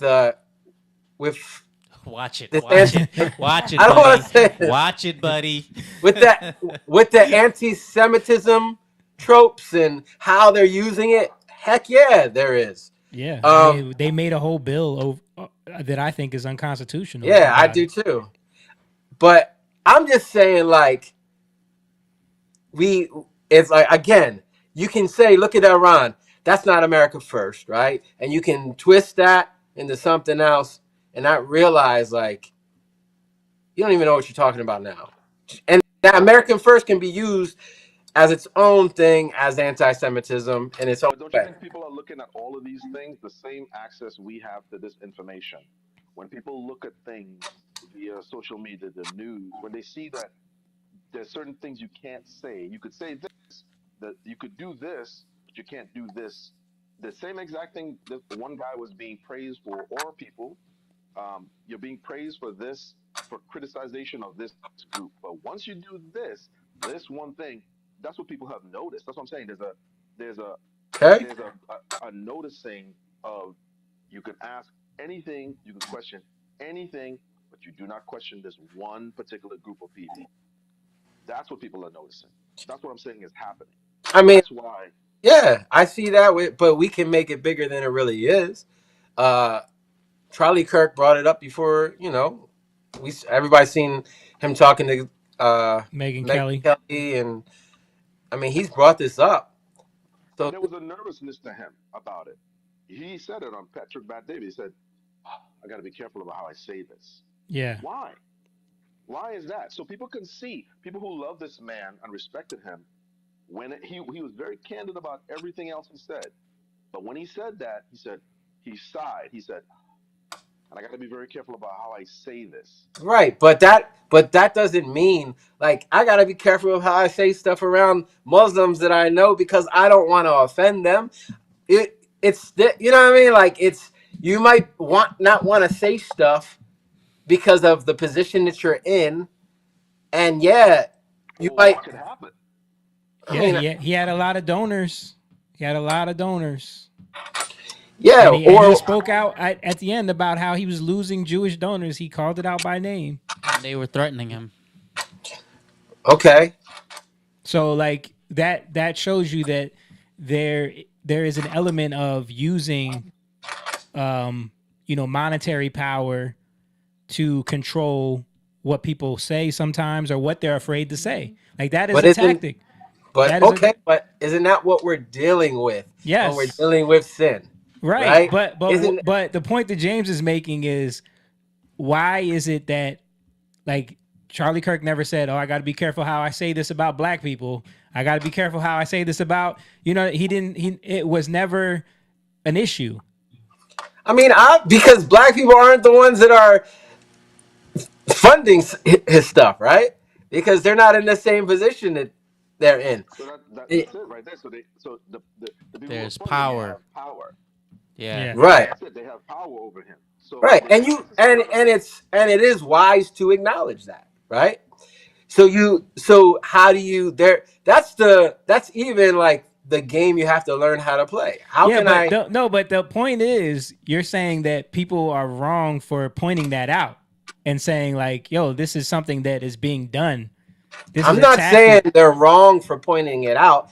I said they're wrong for pointing it out and then making a correlation with something else that it might not be that. That's all I'm saying. I like all the stuff you guys are saying, I don't disagree with.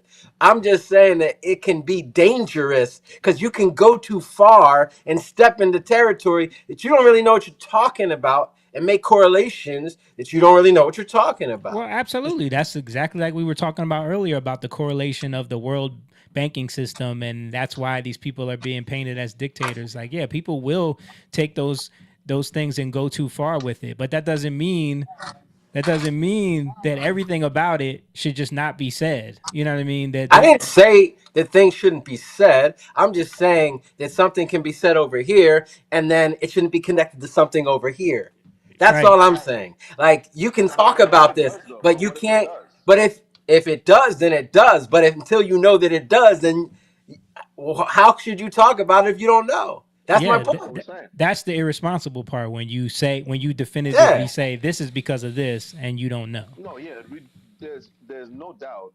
No one who is not in that circle know exactly what is said. But for the last few years, watching how people tiptoe around certain things, specifically when it comes to this group of people, it is, especially in the conservative movement, has been very eye-opening. You know what I'm saying? So that's what's been happening, and a lot of times when you start asking these questions, specifically when it comes to senators, if you're an independent public figure, Candace Owens, Charlie Kirk, Tucker Carlson, okay, that's one thing. But when you're an elected official and you can't answer basic questions, or you're afraid to, or you're worried about being castigated, there's an issue because you're a public official. You're not a social media influencer. That's a big difference. The problem So, with public officials is that they're always playing politics, and a lot of times, like you. So I understand what you're saying, but it could also be that they just need to answer carefully so that they don't, you know, offend answer their carefully on this constituents. one particular people. That's what I'm no, saying. they answer carefully on a lot of things like that. Yeah. This included, but I'm saying like if there's a topic that they don't want to touch too strongly, They're if they know it dancing. doesn't play well with a base or if it doesn't Yeah. play well with their donors, whether it could be APAC or it could be Chevron, it could be, you know, but if they know that they need to dance, agree with that. so they're gonna play politics in that way. But you know, it does make it look bad when you have so many people, you know, taking money from different places, pushing for bills that don't make no sense, that are unconstitutional, that they've never pushed for before, Yeah. and stuff like that. When you have guys like Larry Ellison, and you have very powerful people who happen to be Jewish saying we're going to use social media to castigate and persuade people to see people as anti-Semitic because they don't say certain things. This is what he's using TikTok for. You know what I'm And saying? he said we need to get a hold of TikTok because, you know, we need to tell people what views to have. And then you see in the Epstein files how he's talking about the Goyim with other powerful Jewish people, and how the woman who was in charge of Google said we're going to use this. We're going to use this as a social credit or social. I'm using the wrong word, but as a measuring stick for people, and that way it's kept on them on file for saying anything, not about anybody else, specifically Jewish people. That to me is where I think what people are seeing. That's what people are noticing, and they're Right. making those correlations. And I can understand why somebody would go and do something like that because of fear. yeah. Like, But I when you understand that. make it so that people aren't allowed to have the discussion about it and point it out, or because you can deplatform them, you can ban them from PayPal, from banking, from Airbnb, all these things, then it makes it seem like, okay, why is this the only thing that we can't discuss? And I thought we were about free speech here. You know what I mean? Yeah, and I don't think to be like, I've heard like Prager talk about this, and he's a little different with it. Uh-huh. He's definitely had different thoughts and ideas, like in terms of the people should be able to talk and speak their mind on these things. Yeah. So I don't, and I wouldn't say it's all Jews either. I wouldn't say. No, it's definitely not. Definitely not. I would say that there are a lot of people who are in fear, and this is what happens. But at the same time, I would say, like, okay, these are the things we need to combat, right? Mm-hmm. Because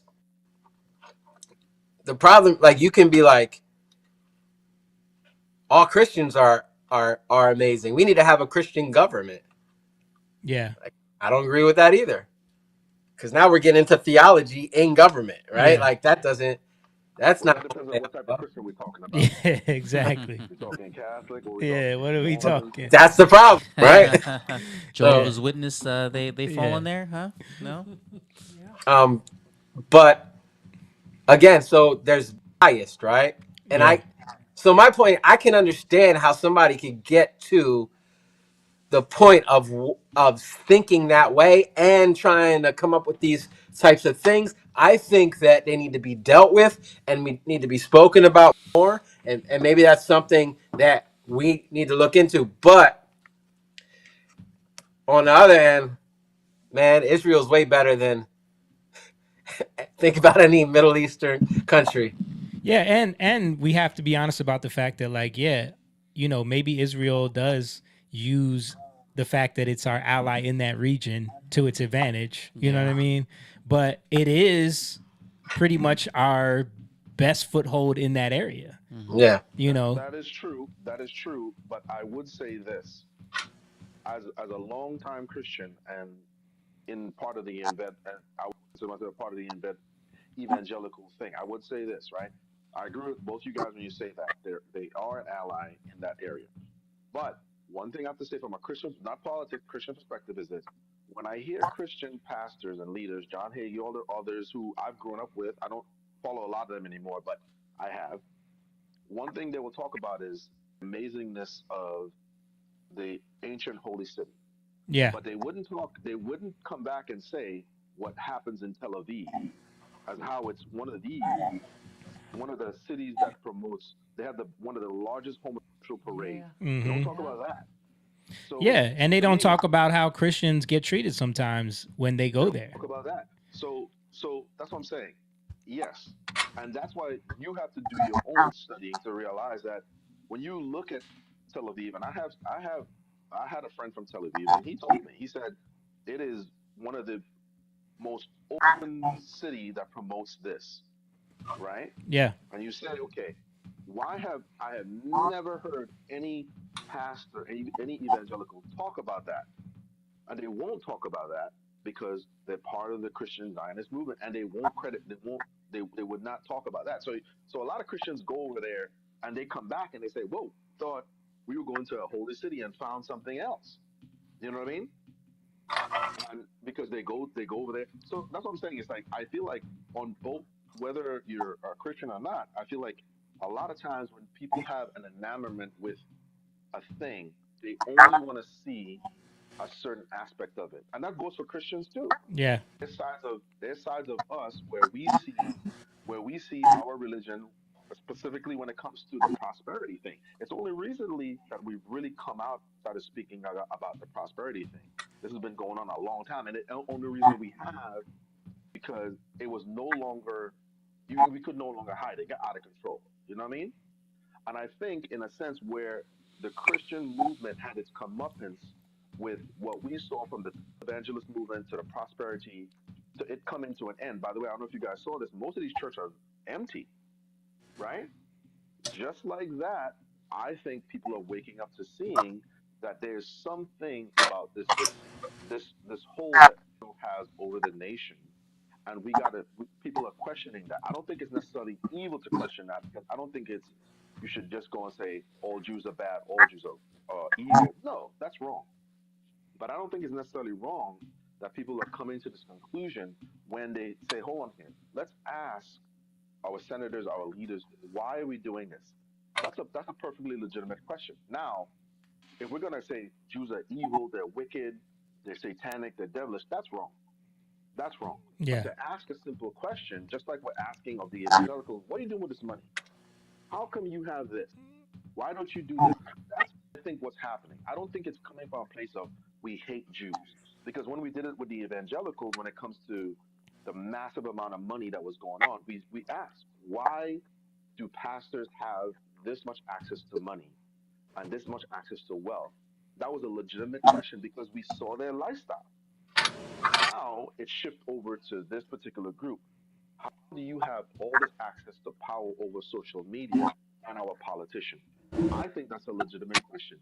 If they can't answer that and they say it's anti-Semitic just to ask that question, we've entered into a dangerous space, because then we're losing the freedom of speech. You know what I'm saying? Just to ask that. I mean, I think power comes from God ultimately. So I think it's more than anything, it's us coming out of fear-based systems and trusting God more. Like, it starts there, right? Power doesn't only come from God in this world. Okay, can we? But that's it true. ultimately does. I'm just saying, like, what do No, you but consider power? What kind of power? You know what I mean? Power over power and all control over people and industries and stuff, that don't only come from God. no. I'm saying all power and authority belongs to God, right? Belongs, right? Yes. So my point is that no matter what situation we're in, there's always a hope and an answer in God, Mm-hmm.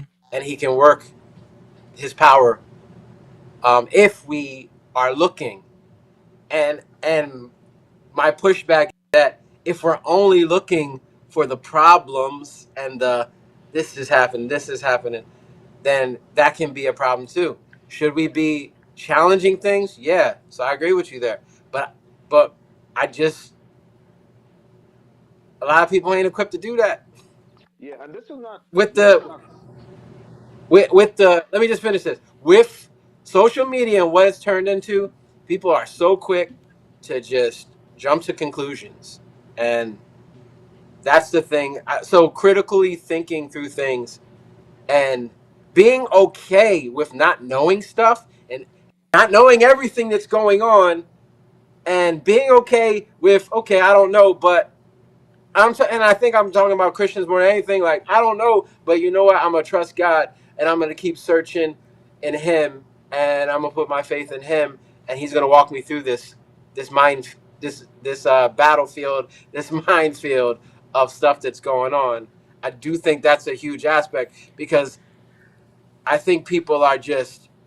It's easy to, like, you talked about prosperity. Yeah, prosperity preachers. Like, yeah, it's easy to down them now. You know what I mean? Like, it's easy to just pick that apart. It's easy to pick a lot of these things apart. At first, it wasn't. The first people who started doing this, they weren't popular. Yeah. You know, they took a Yeah, lot of hits too. yeah, but again, like the Now it's easy. but why now? Because something that doesn't come from God becomes so pronounced and prideful and profound that it becomes obvious. I think that's what plays out every time. You know, it because it shows its hand. Right. You know, that's the cycle. And that And then could it be falls. too. Aside from all of this, that could be the monetary system and the way we have the rule of this world, the princes and the principalities of this world, the systems that are in place are really uh, a money, riches. Because why these men are doing this? It's because of money. It's because of greed. It's because of all these things. It's power. It's influence. Yeah. The Epstein file. If you are truly a person who is looking not to castigate or put down, you could understand this. This is just a system where it's a blackmail system, but it's a money system. This is a thing that Satan promised from the beginning when he took Jesus into the mountain. He said, "Hey, listen, if you bow down and worship me, I will give you all of this." That's what Epstein is offering. Right. That's nothing different. He offered him power. He offered him power. So this is nothing new for those who know. The system itself to sit there and be like, oh, men with money and influence power are corrupt. Who doesn't know that? The only reason you don't know that is you trust in the system. The problem is a lot of people That is are true. a lot of people are now being woken up to just what we are dealing with. I'm seeing reactions that people that can't believe what they're reading in these files. Even though to us we've been talking about this for years. Right. But I remember when I first started hearing about this, I was like, there is no way. This is crazy. Right. You know? And this is an ancient system. Satan he can't create. He's not a creator. So all he can do is corrupt and duplicate and corrupt. But even his duplication is still at fault. So all he's gonna do is just offer money, power, influence. That's the only thing he can do. And that's what these men are. That's what all these men have. Whether they're Jewish, they're Christian, they're Muslim. Somali. I found this out a while back when I was looking into this is a little off subject, right? But I was looking into this about secret societies and things, and I found out that in every country, every providence, there are Freemasons. Mm-hmm. There are Muslim Freemasons, Jewish Freemasons, Christians Freemasons. Well, you're not supposed to be an atheist if you're a Freemason. Yeah. But they still have them. They still believe in a God, but Is it's there not Buddhist Freemasons? Yes. This is an ancient system that's in place. And I remember this guy put it together and I was like, wow, they have infiltrated every aspect and corner of this planet. Well, they believe that their bloodlines lead back to the Nephilim and you know these other beings. They believe that they are, you know, And that's what a stronghold is. That's what a right. stronghold is, because that's a demonic power over those cities, those regions, those men. And that's when I realized that this is this is bigger than we think it is. You know what I mean? And that's what I was like, wow, this is like when I watched that, I was like, wow. Because you would think that in the one clip it showed all these Freemasons, and the man said, we're all brothers, Jewish, Christian, and in the photo, they're all in their traditional cultural gear, but they have on their apron. Mm-hmm. And I was like, wow. You see what I'm saying? Now, to the surface, to the public, we think we're at war, but behind closed doors, who's making the moves? It's those people. You know what I mean? So Yeah. that's why it didn't surprise me. Psalms 2 says, "Then why did the nations rage?" Right, and the And rulers rulers plot a vain thing. come together Yeah. and plot a vain thing, to separate God from His anointed. But He's in heaven laughing. Mm-hmm. Right, the Lord laughs. That word for laugh is the same word for Isaac. Right, laughter. And the point is, in his laugh is the promise. Right, Isaac, Mm-hmm. because there's joy there.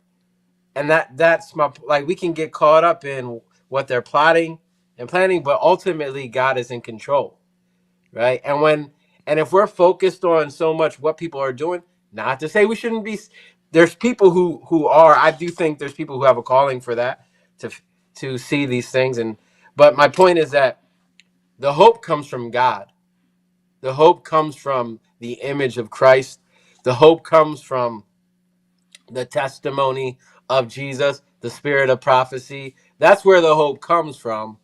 The joy comes from that when we work in that. Joy of the Lord is our strength. That's where the power comes from to deal with all these things.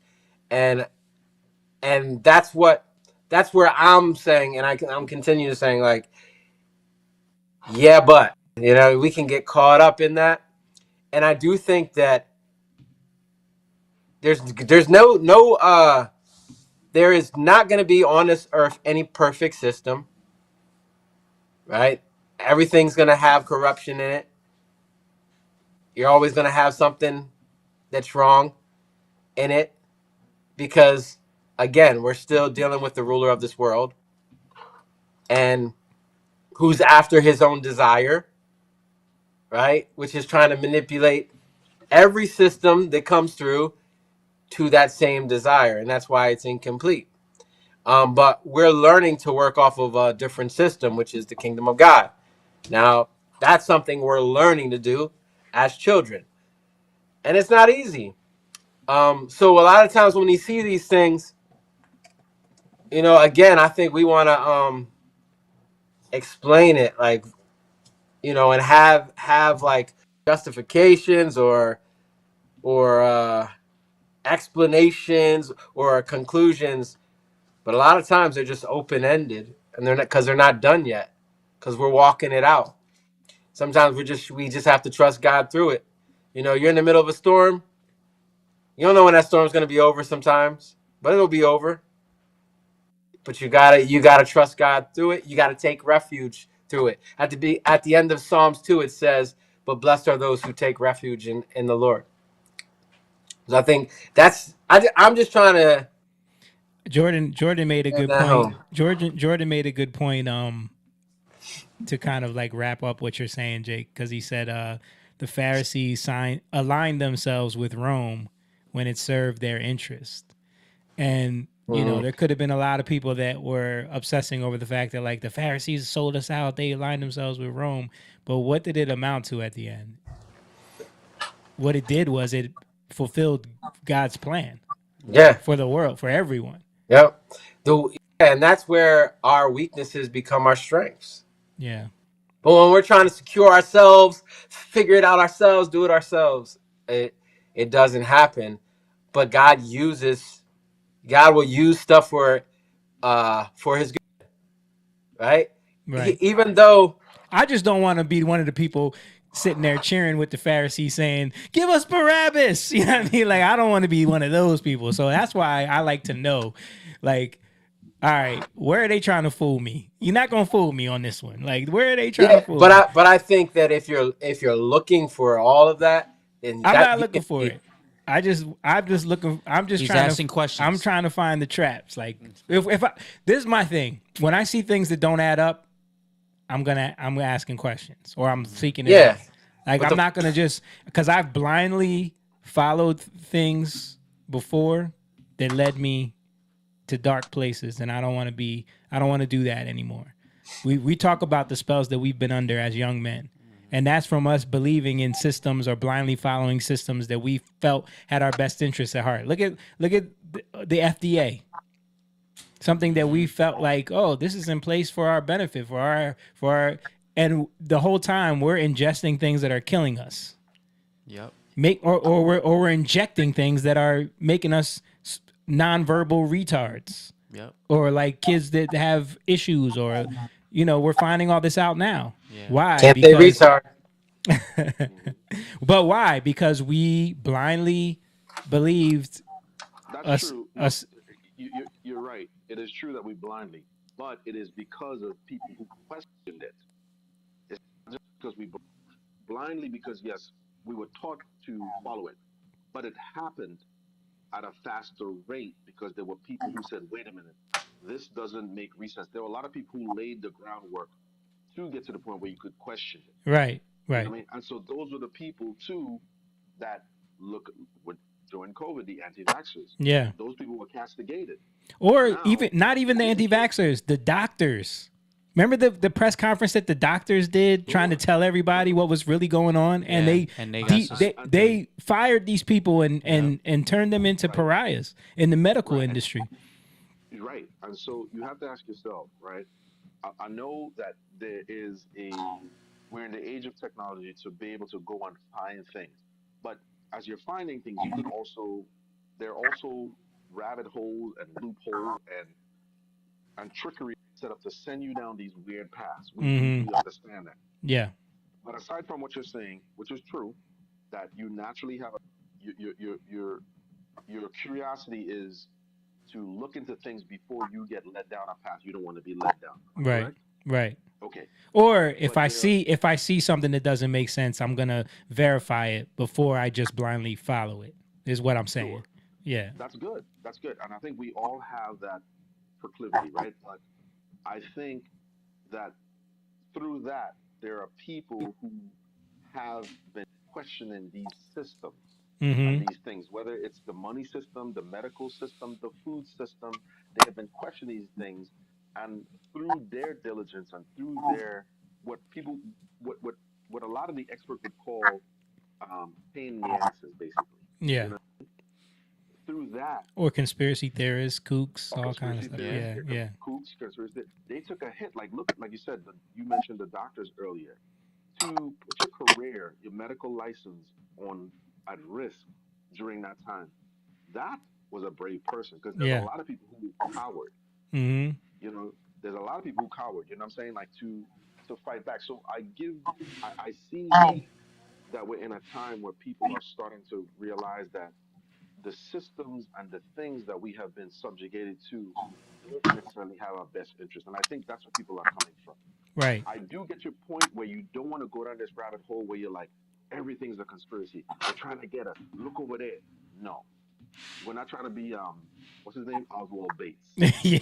You know? But I mean, when things don't make sense, you know, you I know with us, we just naturally question things. Nah, that don't make sense. Yeah. During COVID the whole time. Nah, that don't sound right. But I don't think I think we all can fall for things. I know I've fell for things. I know that I haven't seen things. Of course. Yeah. Of course. Yeah. You're But never going to know everything. And you can't want to know everything. That's when it becomes a problem. No, but my point is that so the only sure thing I know is to fall back on the rock, to fall back on Jesus. Right. And I think we're not going to know things, and we will make mistakes. But if you don't have that, what do you do? What do you do? Well, I think Gonna that's the be, general public right now. you're gonna feel shame, right? Nobody wants to feel shame. Yeah, and people don't You want to know, feel lost. They don't want to feel you don't feel lost. tragedy. No, loss. I'm saying, like, I'm thinking in general, like, if I knew what if I knew then what I know now, especially during COVID, like, I genuinely feel like, James, your dad would still be alive. You know what I He would mean? be. He would be. Like, we would have never surrendered him to that system. You Right, know? right. We didn't know. We didn't know. And I would say another aspect that we didn't touch on, I want to lightly touch on it, it would be this. Aside from, we're all believers and everything like that, but aside from that, the regular human existence that's happening is also this. It's not that people there's a rise in anti-Semitic, people don't love God, this. And I think what is happening is this. In my opinion, there is a generation, our generation and under, who are realizing that their lives, the access to home, the access to decent living, to buy a home, to start a family, to get a decent paying job, all those things have dwindled down to basically meager means, rations. You know what I'm Mm-hmm. saying? And in the 90s, the early 2000s, the 80s, it would have been easier to be like, that's conspiracy, because economically we were strong. Life was good. Life was good. We could buy a home. Yeah. And I think that, Well, can we change that? Life seemed good. Life seemed good. Yeah. yeah, that's fine. That's Yeah. fine. Because Right. We could Right. do that. yeah, Right. Life seemed good. The Life seemed illusion. good, but The illusion yeah, that life was good. Yeah. right. There you go. I could agree with that. But what I'm saying is that there was definitely a possibility that the average person could be working a regular job and own a home. That's what's the reality, Yeah. right? Reality, yeah, but again, did we set ourselves up like for No, like? that's what I'm, Are we paying for now all the things that we set ourselves up for back then? it could be. And what I'm saying is that the reason why people have gone down these rabbit holes, started making these connections, and started saying, wait, why? Who do we owe? Who's controlling us? Why is this happening? Why can I afford this? It is more than just this generation is lazy, they're no good, they're nothing. It's because the realities of life, as people progress during life, they realize, whoa, this quote unquote American dream, this idea of being able to graduate high school, get a job, go to college, all this stuff has come to an end, and a quick one at that. You know what I mean?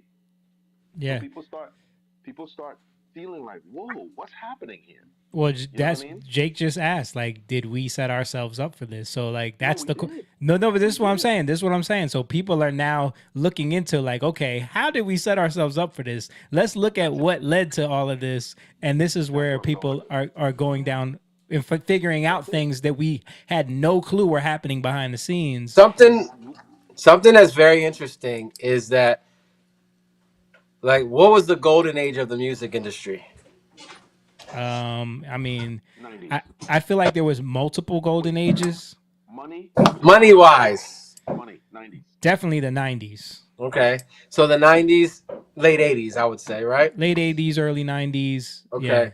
So here's the funny part. Mostly all of those artists didn't have to do nothing Yeah. at all. Right? Everything was was handed done to for them. them. Yeah. And what did that make them more capable or less? Less. I mean, In life. Yeah. we have one on our hands now. Don't say it too loud. It made people less capable. Yeah. Right? Like because babies. now it looks good from the outside. But also that was by that Design. to the point, that was by design, because they knew that if they could keep artists in a state of dependence and ignorance, then they can control all of their masters, control their publishing, control their royalties, and put them in these contracts that were predatory and they would never be paid back. And then they could own and back to what we were talking about, when someone does start buying catalogs and doing their own business, what happened to him? Michael Jackson. Michael Jackson. What happened to him? And he came out talking about the record industry. Yeah, and, he got labeled. And who? That was And, Prince too, right? and Prince too. Yeah. Who ended up with Michael Jackson's finances? You guys know that? Who apparently he signed over everything to this person. You guys know who that is? Tommy Mottola? No, Rabbi Shmuley. Yeah, yeah, you did say that to me. Rabbi Shmuley. Really? Yes. Yeah. That's fact check him. I'll look it up right now. But I'm pretty sure. Is it true? Are you guys in the business? So is it true that lawyers make their best executives for music and movies? Is that true? Well, they know the law, the lingo, yeah, of the law. So they know how to manipulate. They know how to manipulate. Like that's the thing about lawyers. Like they know how to word things to try to get the best for either you or the label or their client, whoever their client is. Like they know how to word things. And most of the time, the lawyers are always the clients of the industry. Yeah, they said that or the labels. I don't know. I can't remember where I saw it. It said that there is no coincidence that the music industry, the movie industry, is filled with lawyers. Like, even though that's not their background, they're just tons of lawyers get into music and the movie industry over contracts. And again, it's all stems from law, right? That's where everything starts because that's the legalities of everything. So it's just like the Pharisees and the scribes, right? They were lawyers. Right. They knew the law the best, right? So the ones who know the law the best can manipulate the law the best. Right. I actually sent a video of that, Jamie. Did you? You sent me something? Yeah, I sent you something from Muslims in Pakistan, how they are manipulating the law. Right. But and back to what I was saying, don't you feel like you said like this same thing was happening in the 90s, the early 2000s, but because there was an attainable life was attainable, a house, a good job, that there was the noticing wasn't there. And then as soon as we got to this time where all of a sudden BlackRock and Vanguard are buying up homes and people can't buy homes, that student debt is out of control, all of a sudden people started to look into why can't they get these things. You know what I'm saying? yeah, well, I think this is the culmination of it, right? Like, I think, to be honest with you, I think that these things are coming to an end and that people are beginning to receive back their freedom, but freedom comes with your own responsibility, right? And where you were dependent, you have to come off of that dependence. That's true. We have talked about this before, and I'm seeing this way more now. We addressed it a couple times in the podcast when we talked about the boomer generation and how the boomer generation systematically and economically destroyed, not just that, but emotionally destroyed their children. And then looking at it now, you're like, whoa, this has been going on. Because we like to think about the present, but we don't think about, wow, how long has it been happening? Yeah. Like when did this, like, and you start going down, you're like, whoa, this has been in play for a long time. I believe you're right. We're at the tail end of it, and the system is starting to crack a little bit, but it's because people are frustrated that the life they thought they were going to get, or at least they felt they were owed, is not happening. That's why they're looking so much to blame everything. Everybody's a victim on social media. Yeah. Not just politically. Not just politically. Everybody's a victim. Everybody has a story. Everybody wants to tell their story. What happened to me? You know what I mean? Well, and that's my point. If you're focused on pointing the finger, if you're focused on who can I blame, you won't recognize the opportunity and you won't take responsibility because you're pushing it off on somebody else. Yeah. So again, I agree with that. I'm just saying that that's very true. But I'm saying that because of the life circumstances that a lot of people found themselves in, some of it to their own, they've orchestrated it, and some of it has been orchestrated and perpetuated from people before them. You know what I'm saying? That's why Yeah, a lot of times but my point, I'm saying that no matter if it's happened to you and you had no control over it or whatever, you have been born at this time for this reason, because everything that is important, and especially the things that God wants you to capture, are the things that are going to cost you, no, I agree. I right? agree. I'm not disputing what you're saying. I'm just saying there are people out there who aren't believers like us, Right. who they're frustrated at the system. Yeah. You and I and people like us, we know ultimately the victory belongs to God. We know that no matter what Bibi Netanyahu does, the Iranian government does, Korea does, we know God is ultimately in control. But there are people out there who have no hope. And so their hope is in politics. Their hope is in political ideology. Their hope is in The their promise that these homosexuality. politicians make them. Yeah. And so they have are caught up in this, and it's heavy. So you're right. Ultimately, we have to turn around and look to God and surrender to Him. But at the same time, there are many people who just don't have that, so they turn to these things, and immediately it's like I want to blame everything and everyone around me. And that's why for us as believers, we have to love people enough to tell them. And in order to tell them, you have to be able to relate it to them in a way that they can receive it. And in order to do that, you have to be patient with them and endure with them. You know, that's the other end of it. Like, how can I help somebody see what they're not seeing, and have hope where they don't have hope? You know, these are important things. We're called to preach the gospel in this way, right? And It's this definitely. is not a pastor thing. It's not a leader thing. It is everybody who calls himself believer thing. But in order to do that, you have to be empowered with the words of truth. You have to, the words, the gospel is power, right? And we were talking about power earlier, right? Yeah. The gospel is power. It's actually powerful. Paul talks about the power of the gospel. He doesn't come. He says he doesn't come in wisdom or any of these things. He says he comes in power of the gospel. So, Yeah. and I think sometimes we make that so like convoluted and watered down that it doesn't relate to anybody. But the Yeah. point I is, agree. the gospel relates to everybody.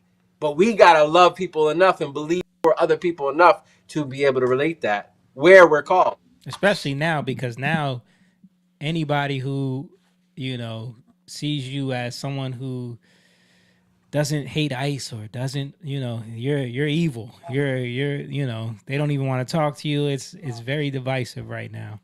Yeah. Right. Well, politics have become their god. Yeah. Yeah. And their ideology has become their god. All right, let me play. Would you send me, Jake? We'll play real quick I before we. sent you some. So we're talking about like systems and you know how the proclivity of the human carnal mind is to pervert law and to pervert systems, right? It's Yeah. always to pervert them. So this is like one of those examples in Islam. Okay. This will be the second video we play. I know, right? And it's 10:30. We didn't play nothing. All right, here we go. Hold on. Why is this not coming up?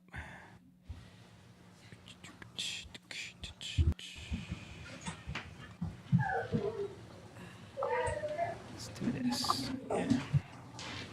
Everyone in this wedding hall is a man because physical contact between men and women is considered haram.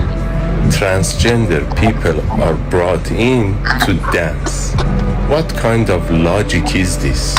This is Pakistan. Bro, we've showed this on here before.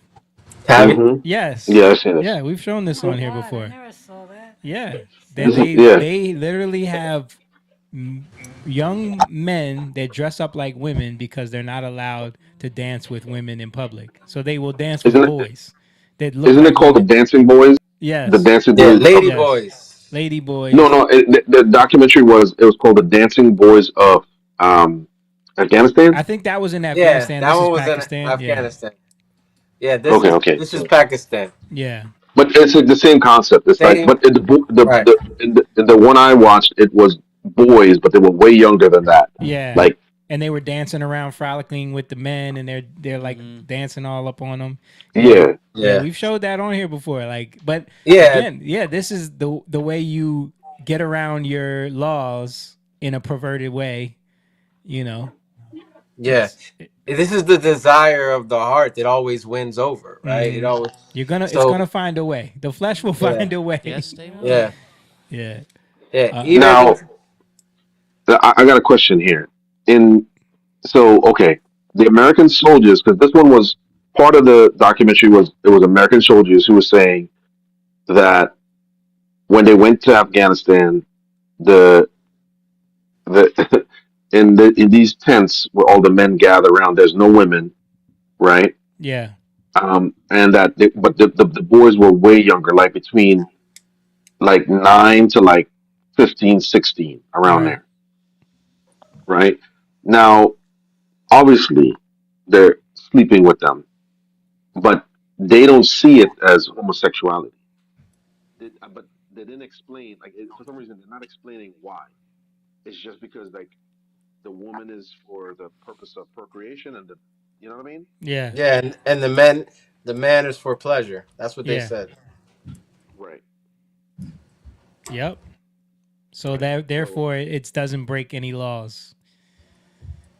Yeah. It's And when you're so concerned with law rather than intention, this is what you get, this what you right? get. Yeah. But they never speak about it. They would never. None of the men would openly speak about it. It was almost like they saw it, but when asked about it, they wouldn't talk about it. Yeah. It It's was like it's not it's something almost that like a unspoken, a hidden secret or something that like they know goes on, but they don't want to say it out of their mouth because they know it just sounds crazy. But so in another part of not that documentary, another one, it happens in India. It happens in the islands in, like, is it Fiji? Fiji or No, I think Guam? Indonesia. It's Guam, Indonesia. Indonesia, yeah. I've seen that Yeah, too, yeah. it happens a lot. It Or happens a lot. Malaysia, one of those places, yeah. Where they They're both highly this Muslim. is Yeah. Does that have Those are anything to do with that? both very Muslim places. Yeah, and they talk about that. The one I saw, like I think it was Malaysia. They talk about that how like even though they're Muslim and they don't believe in transgenderism, like or homosexuality, like this is like some gray area where they don't care, you know. Yeah, even Iran. yeah. Even in Iran, there was a documentary a long time ago that came out about how they didn't believe in homosexuality. So if you were a homosexual, you had to become a woman. Right, you had to be transgender Yeah, in order to live to as live as a homosexual. You had to yeah, transition, and then right. you could live. Yeah, yeah, it's very perverted. So maybe all these wives Muhammad have were actually female. Maybe that's true. Listen, there's some interesting stories about Muhammad you don't want to go into Yeah. that are crazy if you heard.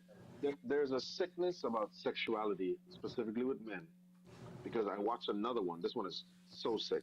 It's in Colombia, where the The boys donkey were thing? encouraged. Donkeys. Oh my God! Yeah. Yeah. This was Yeah. like one of the Didn't we play a things. video? We showed that. We showed wait, the video. and that's in Afghan. That's Muslims do it too. They That's Muslims do the same thing. And or in India it's goats, I know, because people like talk about that a lot. Yeah. Wow.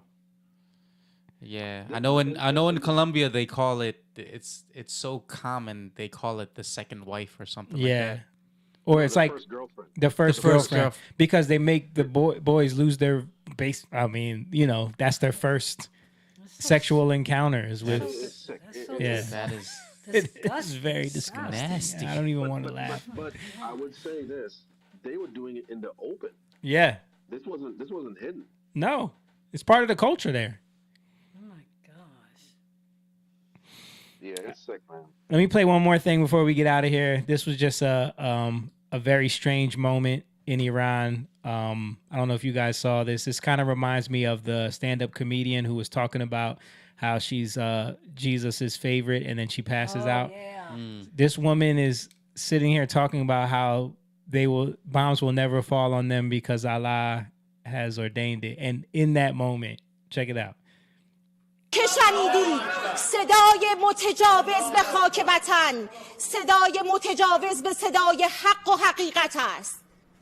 آنچه که ملاحظه کردید، صدایی که شنیدید، فضای غبارآلود استودیو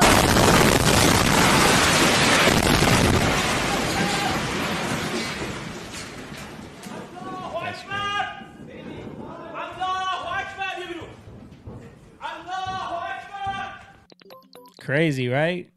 So, yeah, it was in Spanish, but apparently it said, no bomb can reach us. Allah will save us. 5 seconds later, boom. Yeah. Yeah. And she running. Running. Wow. Yeah. It's kind of like, that's why it reminded me of that comedian. Yeah. Did you ever see the one with the preacher? Yeah. I think it was like in India or something. Yeah. Yeah, you got hit by the port. And the guy was like, he said, I am so powerful. The power of God is, and he just got hit by the whole. My cousin. The whole thing fell on him, man. I think it killed him because that thing fell hard. If he survived, he's crippled. Yeah, I know, right? Yeah, man. There was so much stuff I wanted to get to. We didn't get to none of it. I was going to show Hillary Clinton's deposition with Epstein. I was going to show the one dude that got caught in the Epstein. Clinton shaking the glass. Yeah, when they were asking him about it. Yeah, does he have? Is there something going on? He might. Even when he was holding He's old, his man. Even holding his paper, it was like shaking. Yeah, and they were questioning him about. But did you see when he exonerated Trump? Yeah, I saw that. I thought it was AI because I couldn't believe it. No, he really did. Like Hillary just got done saying, I know she was pissed at him. She just got done saying how they need to bring subpoena Trump in there and like question him because of all the times he's been mentioned in there. And then Bill comes in there afterwards and he's like, oh, I can say that no matter how many conversations I had with him, he never was involved with anything. Like he just basically exonerated Trump. Like he had nothing to do with this. Hillary was pissed. They're not even together, man. They can't be. No, they're not. Talk about power. It's like House of Cards, man. I don't know if y'all watch She that got show. pissed when they were asking her about Pizzagate and Anthony Weiner's laptop. They asked her about Frazzle Drip. Just watching their faces, man. Yeah. Just watching their faces, man. It's like, wow. There was a meme. There was like strange though. When Hillary, Bill was looking at some picture or something like that, and he was laughing and smiling. They're like, and his he's lawyer, the lawyer took it from him, and he was like, no. Yeah, he was going down memory lane. Yep, I remember that. I remember that one. That was a great time. But did you guys hear about what's his name? Peter Nygaard? That video they leaked. He was in the Epstein documents too. And he was recorded talking about how they would like take black women's eggs and placentas I saw that. and the umbilical cords and stuff like that from black women. And their period bloods. Yeah. Do what? Hold on. What? Let me just play it real quick because this is crazy. I'm going to go to this view now. Just because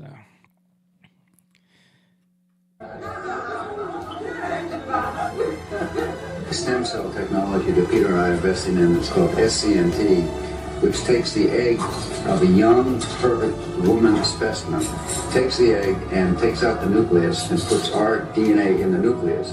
They just go ahead and take it out. It's pink Floyd. Huh? The pink leaves us. And this is part of this genetic greatness that we don't see in any other race on the planet. these curvy, sexy black women from Africa. You girls have a kind of a monopoly on this genetic perfection, and we want some of that. So, girls, for $100, we will pay you for your egg. $100?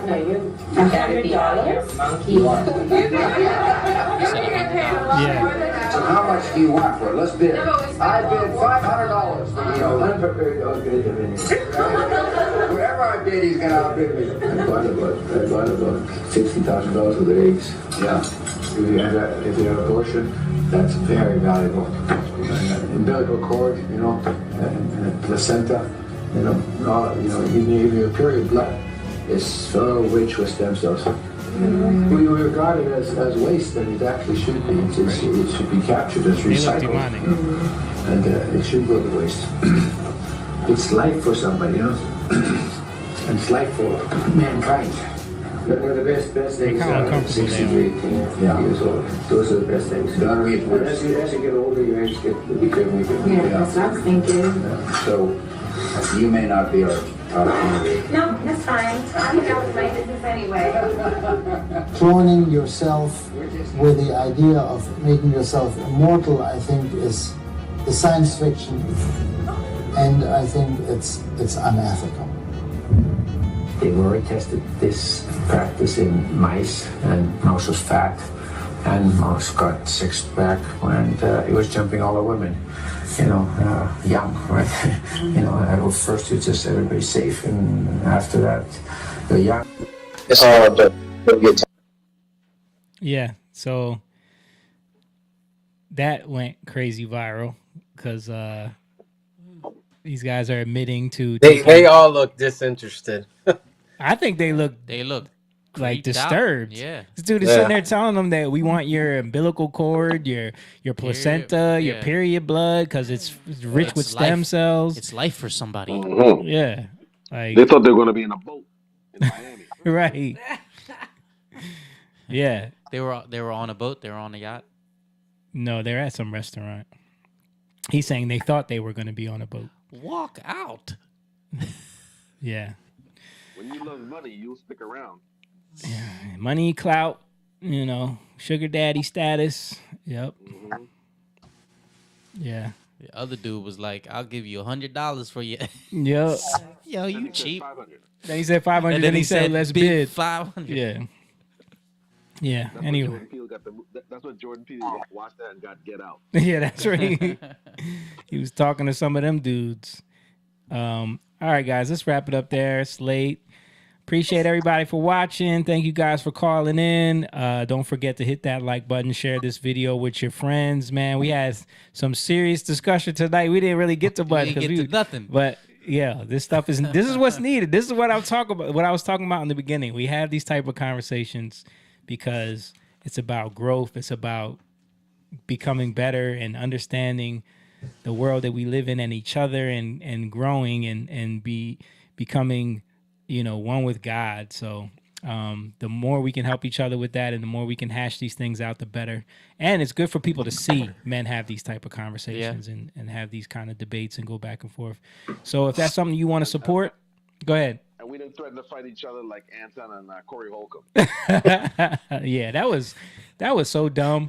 Next time I see you. That was so dumb, man. Just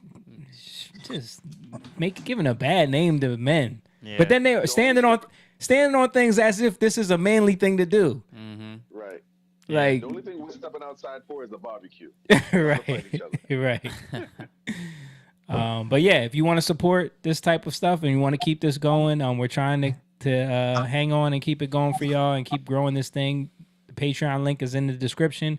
You can sign up over there, become a member, help the community out. Also, there's a Cash App link and a link to our merch if you want to get the merch. But other than that, we appreciate everybody. God bless you. See you next time. Peace. Bye, guys. Bye, fellas. Bye. Young lion, go live, yeah. Young lion, you rich, yeah. This king of